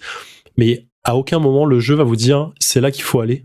Alors, minorant un point sur lequel je vais revenir juste après, il y a aucun moment le jeu va vous dire ici il faut rentrer ici pour découvrir une nouvelle zone, il faut faire ça pour découvrir ça, ou le nouveau PNJ est là. Non, il y a rien du tout en fait. Tout doit être découvert par uniquement la vision réelle du joueur, c'est-à-dire en se baladant et en rencontrant les gens, en se demandant si la personne que je suis en face de moi est un ennemi ou un ami, enfin ou un PNJ en tout cas qui peut nous donner une quête. Chaque quête qui est donnée ne donne pas de journal de quête. Il y a 0 journal de quête. En fait, il faut juste se souvenir de ce mec m'a dit ça. Il m'a parlé de ce personnage. Il m'a dit d'aller au nord éventuellement. Donc je vais aller au nord, mais à aucun moment, sauf si vous allez le revoir derrière pour lui redemander, il va vous donner une indication clean de ce qu'il faut faire. Et tout est ultra cryptique parce que c'est comme ça que sont faits les jeux From Software. On aime ou on n'aime pas. Moi, j'ai un mal fou à comprendre toutes les histoires, mais tout ça revient en fait à Miyazaki, qui là, donc le réalisateur, enfin le créateur, qui disait que lui, quand il lisait, donc il est japonais, et quand il lisait l'anglais quand il était petit, il comprenait pas tous les mots. Et en fait, il adorait cette sensation de comprendre 2 ou 3 mots dans une phrase et de remplir les trous avec son imagination et s'inventer en fait grosso modo une nouvelle phrase derrière. On en pense ce qu'on veut, c'est ultra cryptique encore une fois. Moi, je trouve ça presque fou, vraiment un délire d'artiste pur et dur. Mais aujourd'hui, ça donne des jeux qui sont le plus proche possible de cette vision que lui avait ou qu'il donne quand il dit ça en fait, parce que effectivement en fait quand on finit un From Software, et je pense que ce sera pareil pour Elden Ring quand j'aurai fini, je l'ai toujours pas fini, j'aurais eu mon histoire, j'aurais compris quelque chose du monde, ce sera clairement pas peut-être les 20 ou 30% seulement de ce que j'aurais pu comprendre, vu, lu, retenu, les bouts que j'aurais mis les uns avec les autres pour me dire ah ok, en fait cette quête-là a été reliée à ça et à ce personnage précisément, mais c'était jamais dit. Et c'est comme ça en fait qu'on fait son expérience. Donc en fait c'est un jeu qui demande toujours de l'implication, une vraie une dédication en fait complète à ce qu'il donne en fait, à ce qu'il veut vous donner, parce que plus vous en mettrez dedans, plus vous en retournerez en face, en fait plus vous en donnera en bonheur, en joie, en challenge et en dépassement de soi en fait. Et le dépassement de soi dans tous les From Software, c'est un terme qui revient, et à mon sens c'est le plus vrai possible dans tous les jeux. Donc voilà, ça c'est la base. J'ai l'impression de m'éparpiller, je m'excuse, mais j'y arrive. Donc grosso modo, le jeu se fait. Il y a une quête principale. Je ne sais pas en combien de temps, d'heures elle se fait, parce que je l'ai toujours pas fini. Mais rien n'est jamais obligatoire. C'est-à-dire qu'en fait, il y a grosso modo, je crois qu'il y a plus de 70 boss dans le jeu. Il y en a peut-être une dizaine, on va dire une quinzaine, qui sont obligatoires parce que vous êtes obligé de passer par ces steps-là pour pouvoir faire avancer l'histoire et arriver à la fin du jeu. Tout le reste n'est que optionnel. Vous pouvez toujours passer à côté en fait. Du coup, il y a beaucoup de moments dans le jeu qui vont valider votre expérience de jeu. Grosso modo, le premier gros boss du jeu qui est lié à l'histoire et sur lequel on est entre guillemets obligé de passer pour passer la zone, et je dis ça c'est à peu près faux parce qu'on peut passer la zone autrement, on peut toujours contourner à un moment difficile pour passer à la zone suivante et explorer. Du coup en fait ces steps là, ces boss là sont juste là pour valider qu'on a compris comment fonctionnait le jeu. Ce boss est très dur, oui c'est normal, parce que on va te faire comprendre que il faut que tu comprennes comment parer un coup, il faut que tu comprennes comment esquiver un coup, il faut que tu comprennes comment contre-attaquer, quelle mécanique d'armes tu vas avoir. En parlant d'armes, là aussi c'est complètement ouvert sur comment créer son perso. On a des archétypes de base, mais rien n'est jamais fermé. C'est-à-dire qu'en fait, on va avoir nos compétences de force, dextérité, foi, intelligence, machin, qui ont une base. À chaque fois qu'on va gagner un niveau, ou qu'on dépense de l'argent, en tout cas, pour passer un niveau, on peut mettre un point là où on veut, et en fait on va builder son personnage en fonction de ce qu'on a envie de jouer, si on veut se passer plus sur un côté sorcier ou sur un côté guerrier, ou un côté plus dextérité dans le sens frapper vite et fort, frapper vite plutôt. Et du coup, donc tout est assez ouvert là-dessus, et les armes qui vont avec sont en conséquence. C'est-à-dire qu'en fait, moi aujourd'hui j'utilise une clé mort. Bah en fait, je vais passer sur un build, je suis sur un build qui est beaucoup de force, un peu de dex, et en fait bah mon but dès que je vais arriver dans un combat, c'est bloquer un coup, frapper très fort derrière et pas laisser le répit à l'adversaire pour frapper et le tuer, esquiver très peu, encaisser au maximum, et puis voilà. Mais il y a des façons de jouer qui sont complètement à l'opposé et sur lesquelles il faut refaire tout un run si on a envie de passer une expérience sur du sorcier en lançant des sorts qui sont ultra puissants. En termes de gameplay rajouté par rapport à ce qu'on connaissait sur du Dark Souls ou sur du Dark Souls tout simplement, en fait ils ont ajouté énormément de craft aujourd'hui. C'est-à-dire qu'en fait on a l'open world qui permet de ramasser beaucoup d'objets. On va ramasser des plantes, on va ramasser des champignons, on va ramasser des pierres différentes, on va ramasser des morceaux d'objets ici et là, on va tuer des animaux pour pouvoir récupérer des os, récupérer de la viande et ainsi de suite. Et en fait on va pouvoir crafter énormément de trucs comme des flèches, comme des ajouts de potions sur les épées ou trucs comme ça pour faire des épées enflammées ou des trucs comme ça. Donc ça, c'est un aspect qui avait été déjà expérimenté sur les premiers Dark Souls, sur le côté rajouter des choses sur ses épées, mais le craft en lui-même n'avait jamais été mis à ce point-là en exergue. Et là, c'est vraiment une partie extrêmement forte du jeu, qui peut demander énormément de temps parce qu'il faut aller chercher des recettes, ou les trouver en tout cas pour pouvoir augmenter son inventaire de craft. Il y a beaucoup de choses ont été dites sur Elden Ring concernant son accessibilité, dans le sens, si on n'a jamais touché à un Dark Souls, est-ce que on peut toucher à Elden Ring? Est-ce qu'on peut se lancer dedans? La réponse, c'est oui et non.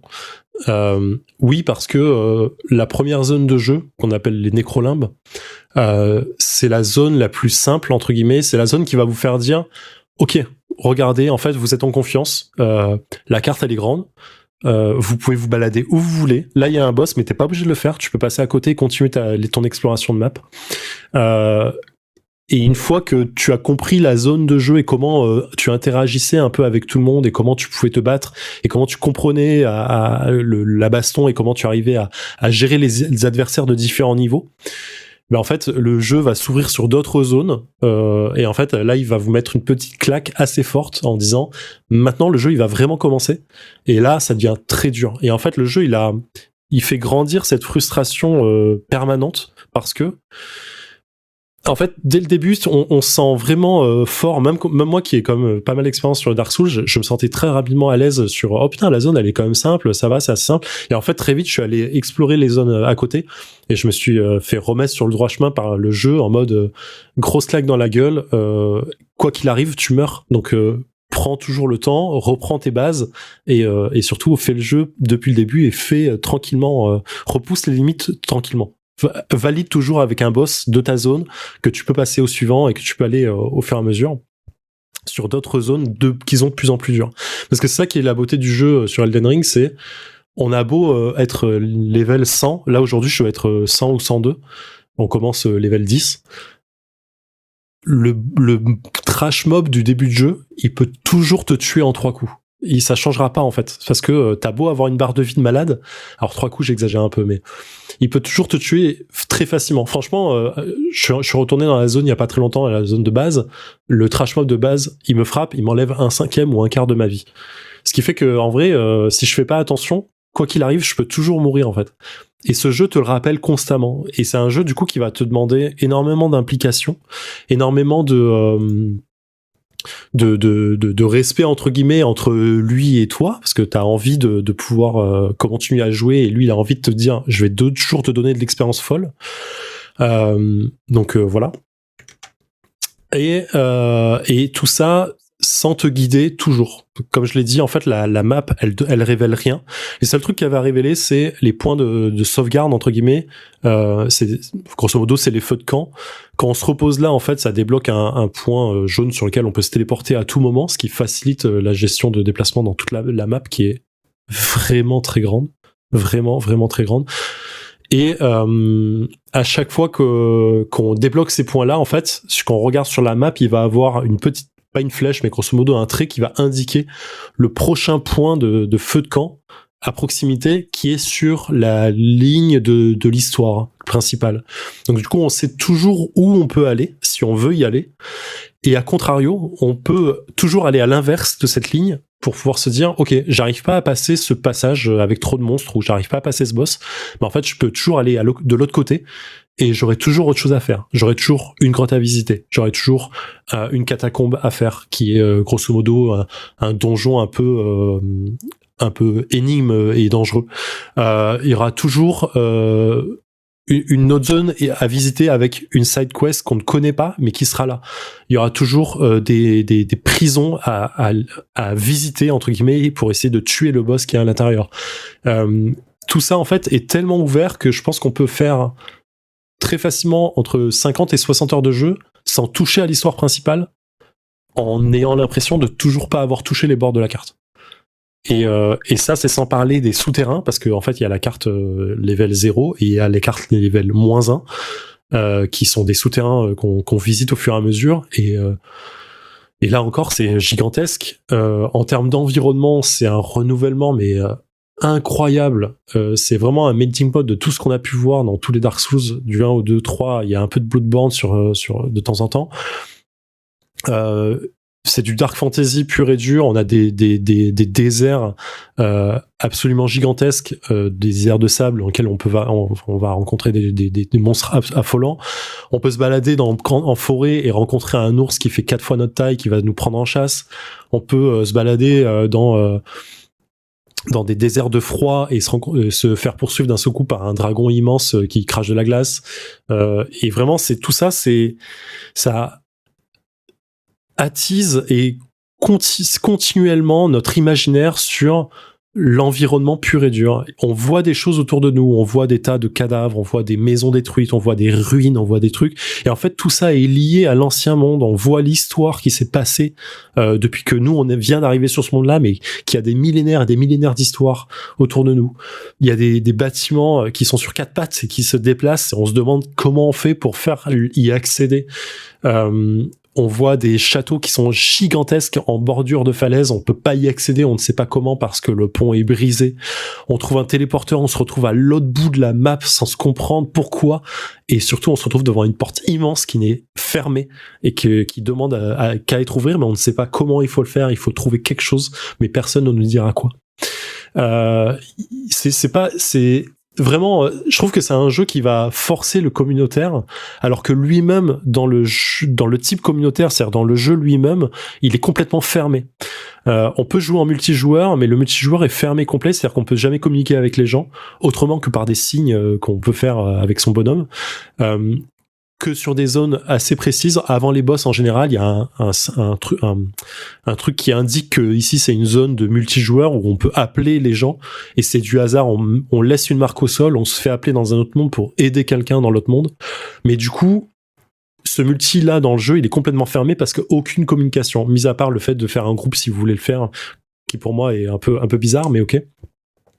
Mais à côté de ça, en dehors du jeu, sur YouTube, sur Internet, sur Reddit, sur les Discord, c'est du communautaire as fuck parce que les gens vont s'entraider toujours sur les gars, je comprends pas cette quête, j'ai ce médaillon là, je sais pas à quoi il sert, et t'as toujours quelqu'un qui va trouver la solution, qui va te dire faut que t'ailles voir ça, il faut que t'ailles au nord, faut que pour ouvrir cette porte, faut trouver ça, et ainsi de suite. Et en fait, je trouve que j'ai jamais autant communiqué sur un jeu que sur un Dark Souls en général, sur un From Software, pour essayer de comprendre pourquoi ce PNJ là me donne cette quête, et je comprends pas ce qu'il me demande de faire. En fait, je comprends pas le personnage qu'il me demande de trouver. J'ai passé des heures à discuter avec des potes sur des Discord en disant putain, mais j'ai trouvé ce personnage là, c'est fou, il est en train de me demander d'assassiner ce personnage qui est la fille de ce personnage là qui me donne des quêtes, mais comment je vais faire, est-ce que je vais vraiment faire ça ou pas? On a l'impression que chaque décision que le jeu nous donne sur les PNJ quand il nous donne des quêtes, on a l'impression que chaque décision va être irréversible, et parfois, enfin très souvent elle l'est. Ça casse jamais l'envie d'aller plus loin sur la quête de base, mais ça ouvre des arcs narratifs quand on les comprend qui sont complètement maboules. Voilà. Je vais m'arrêter là parce qu'en vrai je sais plus comment finir cette chronique. J'ai l'impression plus de parler par envie que parce que j'avais par les bullet points que j'avais sous les yeux. Mais Elden Ring, c'est sûrement pour moi autant Skyrim quand il était sorti était pour moi un des meilleurs jeux d'open world du monde. J'ai passé des heures dessus. Je vivais Skyrim. Je me levais le matin, je regardais des trucs sur le net, sur Skyrim, pour essayer de comprendre une quête, pour trouver une quête secondaire, pour trouver un personnage, et ainsi de suite. J'allais au boulot, entre midi et 2, je repassais sur des sites pour essayer de comprendre d'autres choses. Le soir, je jouais jusqu'à pas d'heure, je dormais, je rêvais encore du jeu et je recommençais le lendemain. Skyrim pour moi était un must, et je suis comme un junkie devant, en mode j'ai besoin parfois de me retenir de le racheter pour le refaire entièrement sur PC parce que les mods aujourd'hui sont complètement maboules. Dark Souls, c'est un peu la même drogue parce que j'ai racheté le jeu au moins 4 fois sur toutes les plateformes possibles. Je l'ai refait. J'ai dû le finir au moins une douzaine de fois avec 12 persos différents et parfois avec 5 fois le même perso, juste parce que c'est le plaisir de refaire ce jeu. Elden Ring, c'est le croisement de ces deux jeux. C'est l'open world de Skyrim, qui est pour moi, encore une fois, absolument ma boule parce que on peut se balader des heures juste pour le plaisir de se balader avec des musiques qui sont absolument merveilleuses, et le plaisir de rencontrer une créature ou se dire putain, j'ai trop envie de la buter parce qu'elle est monstrueuse et en plus elle me regarde mal. le plaisir d'aller chasser un dragon dans les montagnes glacées et juste essayer de le buter tout seul avec son épée en pleine neige. Et ça, je le retrouve dans Elden Ring parce que c'est la même sensation. En fait, on chevauche Torrent, son cheval. On est dans les plaines, on voit un truc au loin, on y va, on regarde, bam, il y a un truc qui se passe. Il y a une grotte à fouiller, il y a un trésor à trouver, il y a une porte à débloquer. On se retrouve dans des galeries en train de combattre des gobelins dans tous les sens, ou des esprits, ou des fantômes, ou des squelettes. Et on continue, et on trouve les trésors. Et une fois que c'est fait, on ressort et on passe à autre chose. Et c'est vraiment de l'exploration à tout va et pur et dur, parce qu'encore une fois, la carte ne vous donne rien d'autre qu'une carte. J'ai passé des heures à ouvrir la carte et à regarder comment accéder à une tour en me disant, je ne vois pas de chemin, où est-ce que ça peut être? Là, il semble avoir un petit dénivelé, je vais essayer de passer, je vais sur place, j'essaie de grimper, ça fonctionne pas. Ok, je rouvre la map. Ah putain, là, il y a peut-être une route, mais je la vois pas, elle est un peu effacée. Ok, je vais aller voir. Bingo, il y avait une route cachée entre les arbres. Le level design est absolument monstrueux parce que parfois, on va regarder juste une falaise, on va se dire, ok, c'est une falaise, il y a rien, en fait, il y a juste le vide. Et en fait, il suffit de s'avancer pour croire qu'il y a un petit chemin dérobé qui va descendre tout au long de la falaise pour aller ailleurs et faire contourner tout ça pour trouver une nouvelle zone encore. Ou trouver une mine, trouver un ascenseur qui va nous descendre dans une mine qui est tellement profonde que c'est une ville entière qui a été ensevelie.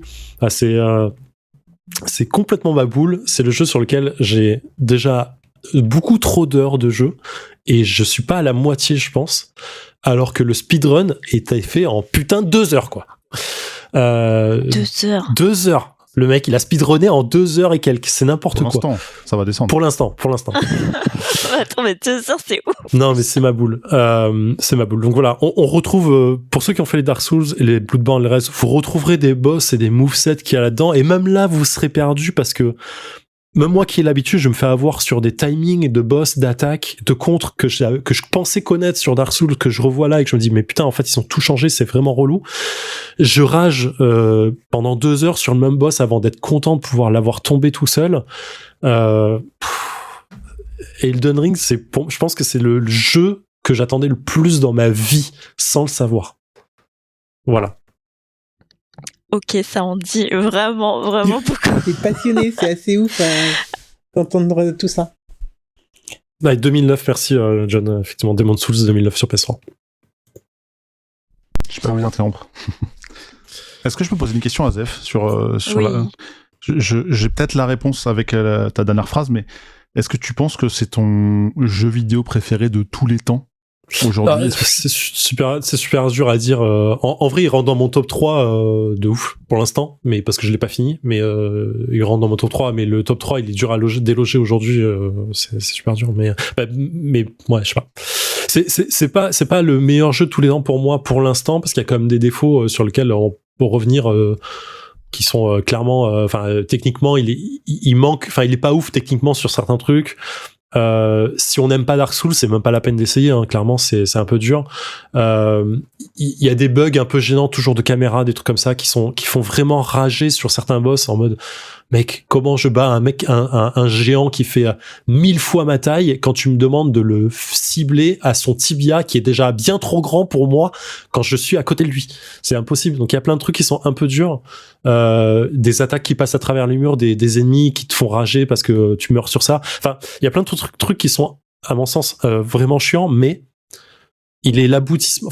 Enfin, je sais pas comment dire. En fait, Miyazaki, tu sens que les Miyazaki et son équipe ont vraiment tout donné sur ce jeu, en fait. En mode, c'est peut-être notre dernier jeu qu'on fera, mais je vois pas sur quoi ils peuvent aller après, en fait. Vraiment, même un Bloodborne version open world ne serait pas mieux, en fait, parce que il y a déjà du Bloodborne un peu dedans, il y a du Sekiro parce qu'on joue énormément sur les hauteurs. Enfin vraiment, si vous avez le vertige, jouez pas à ce jeu, quoi. Parfois, t'es obligé de descendre des trucs ou de marcher sur des remparts qui font à peine votre taille de pied, en fait, et c'est stressant de mourir sur ça, en fait.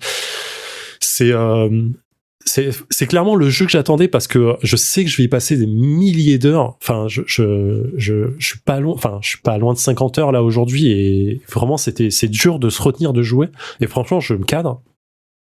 Mais c'est dur de se dire que c'est le meilleur jeu du monde, quoi. Il dépasse le Dark Souls de base pour moi parce que il me donne tout ce que le Dark Souls me donnait à la base. Mais bon, après il y a d'autres trucs qui rentrent en application et je vais arrêter de parler. Désolé. Est-ce que ça répond à ta question? En version courte peut-être, ouais, mais non, mais je sais que c'est dur comme question, mais j'ai l'impression que c'est la réponse, enfin, que les joueurs peuvent donner quand ils aiment cet univers, comme c'est, je pense, le cas de Zef. Non, mais je suis pas sûr, mais ouais, j'ai l'impression que c'est l'aboutissement d'un truc, comme tu l'as dit, c'est, tu t'attendais pas à aussi bien, à aussi incroyable, et ça dépasse tes espérances, en fait, tes attentes, quoi. Donc c'est ça qui a l'air d'être très cool quand t'es fan de l'univers. Ouais. Non, mais je voulais rajouter juste, en fait, c'est juste que, je sais pas comment dire, quand tu finis un jeu vidéo, en général, quand tu penses l'avoir fini, genre, je vais pas dire platiner parce que le platine ne signifie pas forcément que t'as tout fini, mais c'est ce qui est le plus proche pour moi sur certains jeux. Quand t'as platiné un jeu, type Horizon Dawn, par exemple, tu sais que tu l'as fini, en fait. Tu vois, tu sais que, bah, t'as plus trop de quêtes à faire à côté, ou tout ce que tu vas faire, c'est te balader pour éventuellement voir une zone que t'avais pas vue, ou un truc comme ça, mais tu sais que tu vas plus trouver de contexte dedans, ou du moins de contenu. T'as une complétion, en fait. Ouais, voilà. Skyrim, quand je l'avais platiné sur PS3, c'était vraiment l'aboutissement de me dire, j'ai fini le platine, je sais que je finirai jamais le jeu. Parce que il y a encore trop de contenu que j'aurais jamais fait, en fait. Parce que si les mecs devaient mettre un trophée sur chaque arme, chaque quête, chaque truc, il y en aurait beaucoup trop. Et c'est pour ça que je dis que c'est le mélange des deux, parce que Dark Souls, quand je l'ai fini, le 1, le 2, le 3, tu sais que tu l'as fini, en fait. Tu peux encore visiter des trucs, tu peux le recommencer avec un autre perso, tu peux recommencer des trucs pour avoir une autre expérience de jeu. Je mets ça de côté. J'ai juste que il va plus te surprendre sur certains aspects du jeu. En fait, tu vas peut-être comprendre l'histoire différemment, ou faire des quêtes PNJ différemment, mais ça veut pas dire que c'est nouveau. Là, je suis persuadé qu'une fois que j'aurai platiné le jeu, j'aurai encore cet effet Skyrim de dire, je vais encore trouver des trucs que j'avais pas fait, en fait. J'avais encore des trucs à explorer qui me donneront pas de trophée, mais qui me donneront la satisfaction de dire, j'ai encore pété un boss qui est 10 fois plus gros que moi, quoi. Là, cet après-midi, ce soir, avant de venir, j'ai pété un boss qui était, mais immense! Un serpent, mais immense! Quand je dis immense, c'est vraiment, mais putain, je voyais pas sa tête, quoi. Même de loin, je voyais pas où était le haut, quoi. Et franchement, le plaisir de le taper avec ton épée à deux mains et de venir lui péter la gueule, mais c'est ma boule, mon gars. C'est tellement cool. C'est bizarre parce que je pense que Elden Ring, ça m'a... Alors, j'aime pas alors, je sais pas que j'aime pas. Il faut que j'arrête de dire que j'aime pas. J'ai pas tellement... plus que ça, essayer vraiment de jouer à un Dark Souls parce que mon esprit contrôle fric et parce que mon besoin d'avoir un chemin de complétion clair. Je pense que c'est beaucoup de jeux vidéo en fait mon préposé à ne plus avoir ce côté genre cette sensation de perte de contrôle, et c'est pour ça que j'ai un peu reculé face au Dark Souls, plus la difficulté aussi, hein. Mais je sais pas, Elden Ring m'a donné envie, je sais pas pourquoi, je ne sais vraiment pas pourquoi, et j'avoue que j'ai envie de m'y mettre, mais j'ai très peur parce que ça va trigger énormément de choses chez moi qui je pense vont me faire rager à tout moment. Ouais, c'est dur, c'est de la rage pure, hein, j'ai jamais eu autant de rage sur un jeu que sur un From Software en général. Mais c'est dépassé lorsque tu y arrives.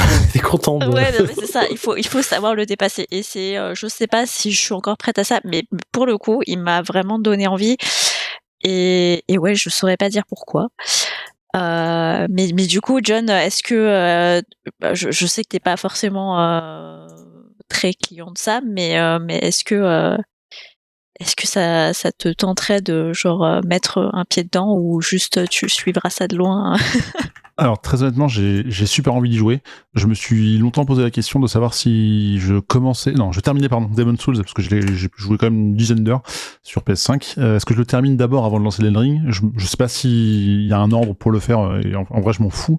C'est juste que là, je voulais absolument terminer Horizon et le platiner et faire d'autres jeux que j'ai en cours. Et en fait, j'ai l'impression que c'est un jeu qui va demander un investissement déjà en temps, ça c'est sûr, mais c'est pas ça qui me dérange, j'ai envie de me dire ok, là je vais jouer à ce jeu-là et il va pas falloir que je joue à autre chose pendant cette période de temps parce que sinon je vais oublier des choses comme disait, c'est pas un truc d'assister quoi, c'est pas tu dois aller là puis à gauche puis à droite, enfin c'est pas écrit sur la carte, faut que tu te souviennes des trucs, faut que tu te souviennes de la façon dont tu joues. Donc je pense que si je me mets à jouer à ça, et ce qui va arriver un jour, faut pas que je fasse un Horizon à côté ou un jeu qui soit un peu comparable. Faut que je fasse du pixel art, du Isaac ou un truc qui a rien à voir, quoi. Donc, ouais, Isaac, c'était le bon exemple. Mais ouais, donc il faut vraiment que je me dise, ok, là, j'ai du temps, je me focus dessus et j'avance. Mais j'ai pas encore prévu ce temps-là et je sais qu'il arrivera. Mais en vrai, je suis ultra hypé par ce jeu. Alors, je serai jamais autant que Zef, ça je le sais, mais j'ai envie d'y jouer, clairement.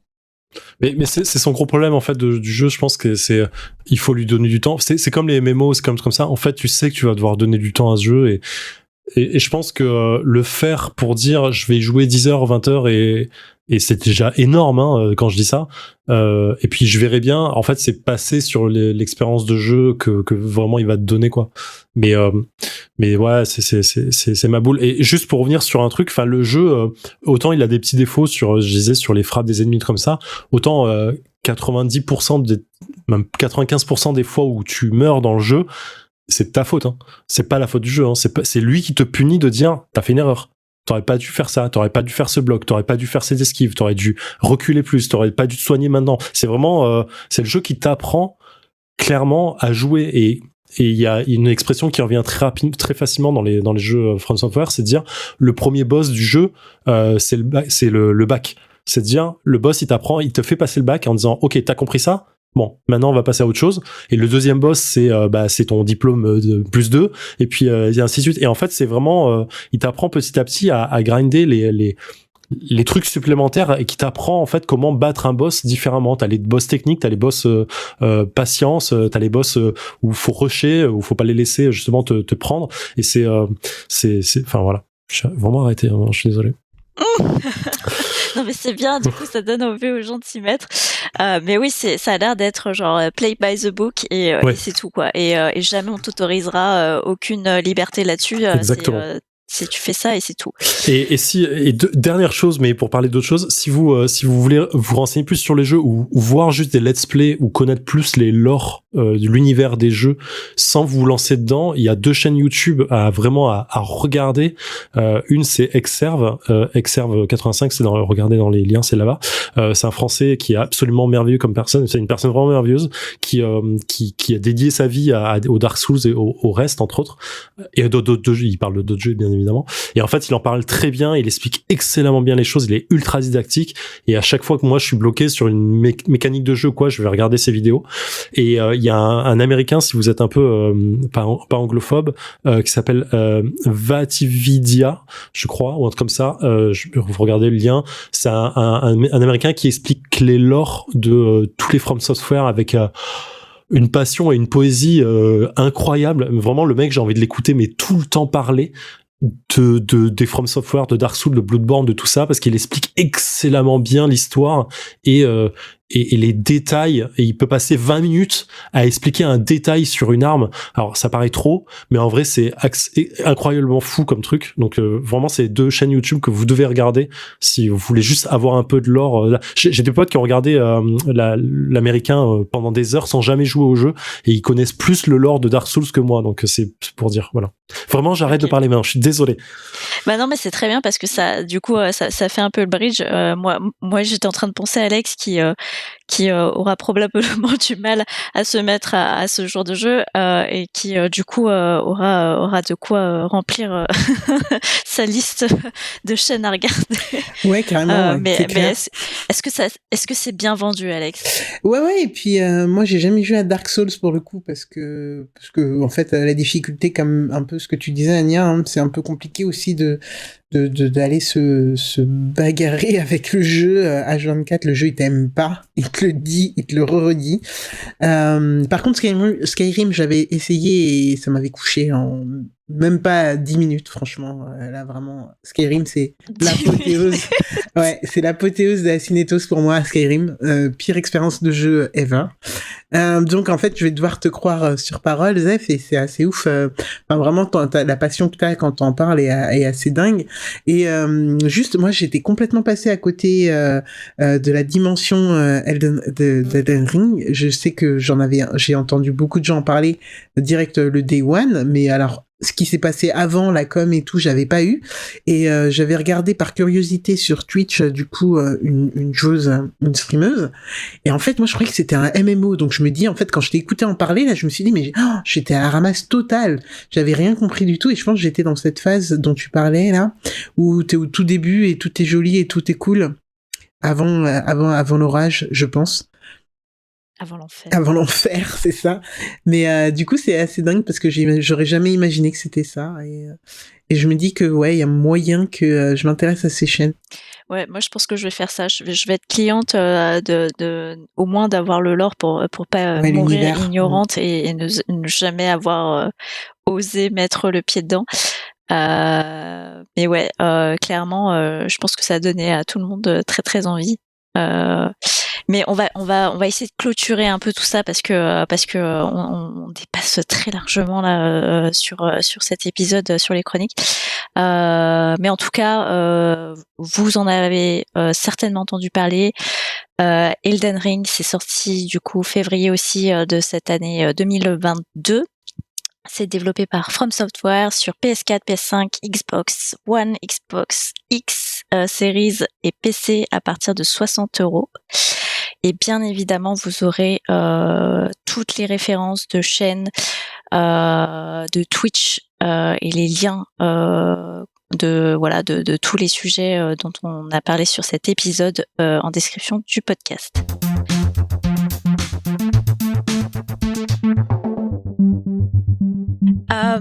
On va faire un dernier tour de table juste pour vous partager les coups de cœur de l'équipe et on va commencer du coup par Alex. Est-ce que tu aurais un coup de cœur que tu voudrais nous partager ? Ouais, c'est une série que j'ai regardée sur Netflix et que c'est un drama coréen. Et c'est un truc assez vieux, donc je pense que je sais même pas si vous en avez déjà parlé dans le Contrecast, mais c'est Two Worlds Apart ou Two Worlds tout court, je crois. Je sais pas si l'un d'entre vous connaît. L'un ou l'une. Alors j'ai vu passer sur Netflix, mais j'ai pas vu. Ouais, bah voilà, ça c'est un de mes petits coups de cœur de ces dernières semaines.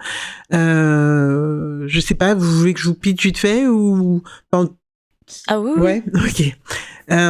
Du coup, c'est un drama dans lequel une femme qui est médecin et son père est écrivain, elle va se retrouver à soigner un. En fait, je sais pas comment ne pas spoiler ce truc. Mais bon, dans le premier épisode, ça dure 16 épisodes, mais dans le premier épisode, elle va se retrouver à soigner un personnage qui ressemble étrangement au personnage principal du drama de son père. C'est pas un drama, comment on appelle ça ? Du webtoon de son père. Et donc on va suivre leur histoire à ces deux personnages. Et c'est un truc qui est un petit peu fantastique. Et ça m'a étonné, en fait, je savais pas du tout. En fait, je suis tombée dessus à la télé et je pense que je suis tombée sur un épisode genre 6 ou 7 et donc vraiment j'aurais jamais pu imaginer en regardant cet épisode 6 ou 7 tout ce que ça impliquait en amont par rapport à la véritable histoire quand j'ai tout repris à zéro et c'est assez ouf. Vraiment c'est une petite pépite, même si je trouve que les dramas traînent toujours un peu en longueur. Celui-là il fait pas exception mais j'ai surkiffé. Ok. Côté Zef, est-ce qu'on aurait un petit coup de cœur à partager ? Oui, et je vais faire très rapide, promis. Je vais parler d'un jeu, évidemment, parce qu'on n'a pas parlé assez de Cthulhu. Je pourrais parler de Magic, la dernière édition qui est sortie, qui est vraiment géniale, mais je vais pas le faire. Aussi. Pardon ? Et d'Hades aussi. Non, mais non, j'ai toujours pas joué, je laisse Jordan en parler. Oh. J'adore. Mais je vais parler d'un jeu de plateau qui est sorti, qui s'appelle Bureau of Investigation, qui est créé par Grégory Privat. C'est un jeu, je sais pas si vous connaissez Sherlock Holmes Détective Conseil, qui est un jeu de narratif dans lequel on va résoudre une enquête en lisant des textes entre nous en coopératif, en mode voilà, on essaie de résoudre l'enquête mieux que Sherlock Holmes, genre on n'y arrive jamais. Et ben en fait pardon. Jamais, c'est impossible. Mais genre jamais. Ouais. Genre tu peux pas. Et du coup, ils ont créé la même chose, la même type de mécanique, mais dans l'univers de Cthulhu, et ça s'appelle Bureau of Investigation. Et du coup, on joue à Innsmouth dans les années 28-29, et du coup, on résout des enquêtes avec ce côté un peu fantastique, étrange et chelou. Et ils ont rajouté une petite mécanique de interroger des suspects ou fouiller des lieux qui est assez intéressante. Et voilà, c'est pas le meilleur jeu de l'année, clairement, mais c'est cool. Et puis voilà, si vous aimez les tentacules, vous pouvez y aller. Trop chouette. Et c'est combien de temps en termes de durée de jeu? C'est 90 minutes. Il y a 5 enquêtes dans le premier truc, c'est à 40 balles. Et du coup, on termine les coups de cœur avec John. Est-ce que tu as un coup de cœur? Et bien sûr, j'en ai plein, mais je vais en citer qu'un seul. Alors moi, c'est Hades. Non, ok. Pour de vrai, c'est Dice Throne qui est sorti. Je sais pas quand d'ailleurs. Je crois pas que ce soit encore passé dans le défaussé, mais arrêtez-moi si je dis une bêtise. Non. Et il y a eu plusieurs boîtes de jeux. En gros, il y a 2 personnages par boîte pour les boîtes de base. Je parle pas de ce qui a été kickstarté, etc. C'est un jeu de dés qui est un peu compétitif. Tu peux jouer à 1 contre 1, tu peux jouer à 1 contre 1 contre 1, tu peux jouer à 2 contre 2. Et je crois à 3 contre 3 aussi. Et je suis tombé amoureux de ce jeu. Vraiment, le côté, tu peux acheter une boîte avec 2 persos, et tu peux jouer comme ça, puis t'achètes une autre boîte. C'est un peu comme t'acheter des extensions en continu, quoi, au final, et tu vas acheter tes persos comme ça. Au fur et à mesure, il y a une saison 2 qui est en cours, déjà en anglais, bientôt en français, je crois, enfin bref. Et il y a suffisamment de contenu pour jouer des heures et des heures, et j'ai passé un super moment à jouer à ce jeu-là. Je crois que c'est une bonne demi-heure la partie, quand tu connais les règles, peut-être un peu moins maintenant. Et ouais, et j'ai testé chez un pote il y a pas longtemps, et j'ai acheté 3 boîtes dans le week-end qu'on suivit, quoi. Voilà, tout simplement. Gros coup de cœur pour moi. Ok, ça a le mérite d'être clair. De toute façon, tout ça, on vous le met bien entendu aussi en description du podcast pour vous partager et que vous puissiez avoir un avant-goût de tout ça. Et puis, je vais juste en profiter du coup pour faire un rapide récap des chroniques. Du coup, sur cet épisode, on a eu John Couscous qui nous parlait d'Horizon Forbidden West, Alex qui nous chroniquait JoJo's Bizarre Adventure et Zef qui nous parlait de Elden Ring. Je vais, comme tous les soirs, parce qu'on enregistre en soirée, remercier l'équipe du Contrecast pour vos jolies chroniques de cet épisode 39. Et juste avant de nous quitter, je vais vous faire un petit rappel parce que le Contrecast fait partie du VHS, du coup Vaisseau Hyper Sensas, qui est toujours une association qui se finance via un Patreon et dont on vous filera le lien en description. Et si jamais vous voulez nous témoigner votre support et voilà, et continuer à faire vivre le Contrecast à travers les voix de nos différents chroniqueurs et chroniqueuses, c'est le moment. Je vais juste aussi donner un petit moment pour nos chroniqueurs de faire un peu de leur pub et parler d'un peu d'eux. Où est-ce qu'on vous retrouve? Et oui, je vais commencer par Zef du coup. Oui, le défaussé ça paraît pas mal déjà, mais comme il y a Alex, on va pouvoir en parler un peu plus après. Et du coup, Alex va me répondre le défaussé. Ah oui, d'accord, c'était court du coup. Oui, voilà, dans le défaussé, une fois par semaine, tous les mercredis, avec la Misef, et en ce moment avec d'autres gens, et vous allez en souper, hein, moi je vous le dis. Hein. Franchement, les épisodes de Cannes, les gars, soyez prêts.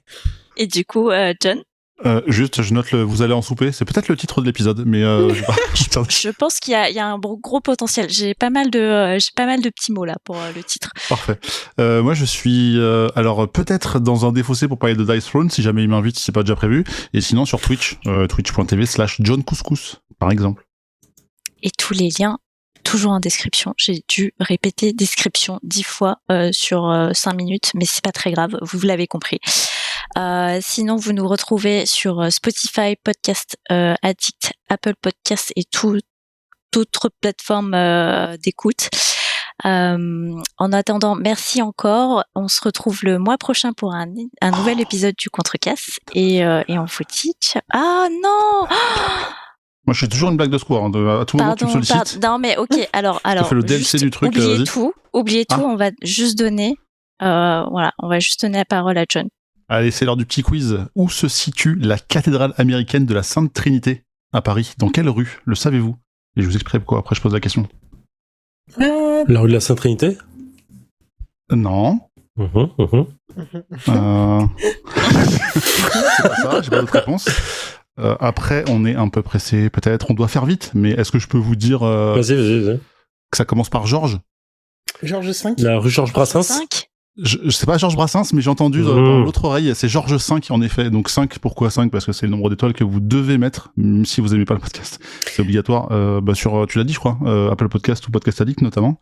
Et pourquoi je parle de ça? Pour faire la mini parenthèse. Et vu qu'on n'a pas été assez long sur la chronique d'Elden Ring, c'est parce qu'en fait c'est là où a eu lieu l'événement de lancement du jeu. En fait, c'était dans une cathédrale, c'était ouf. Enfin, moi j'ai eu la chance d'être invité et c'était là où ils présentaient. Il y avait un concert, il y avait des petites animations, etc. Bref.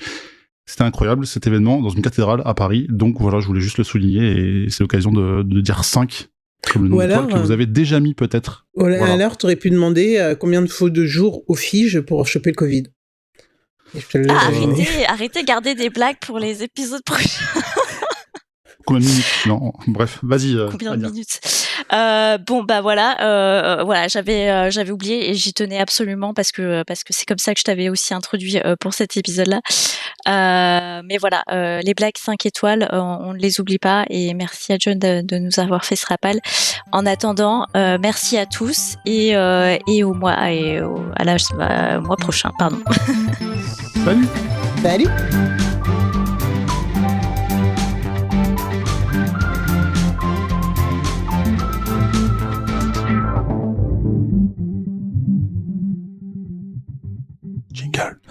Jingle. Et on peut arrêter dans 3, 2, 1, on arrête.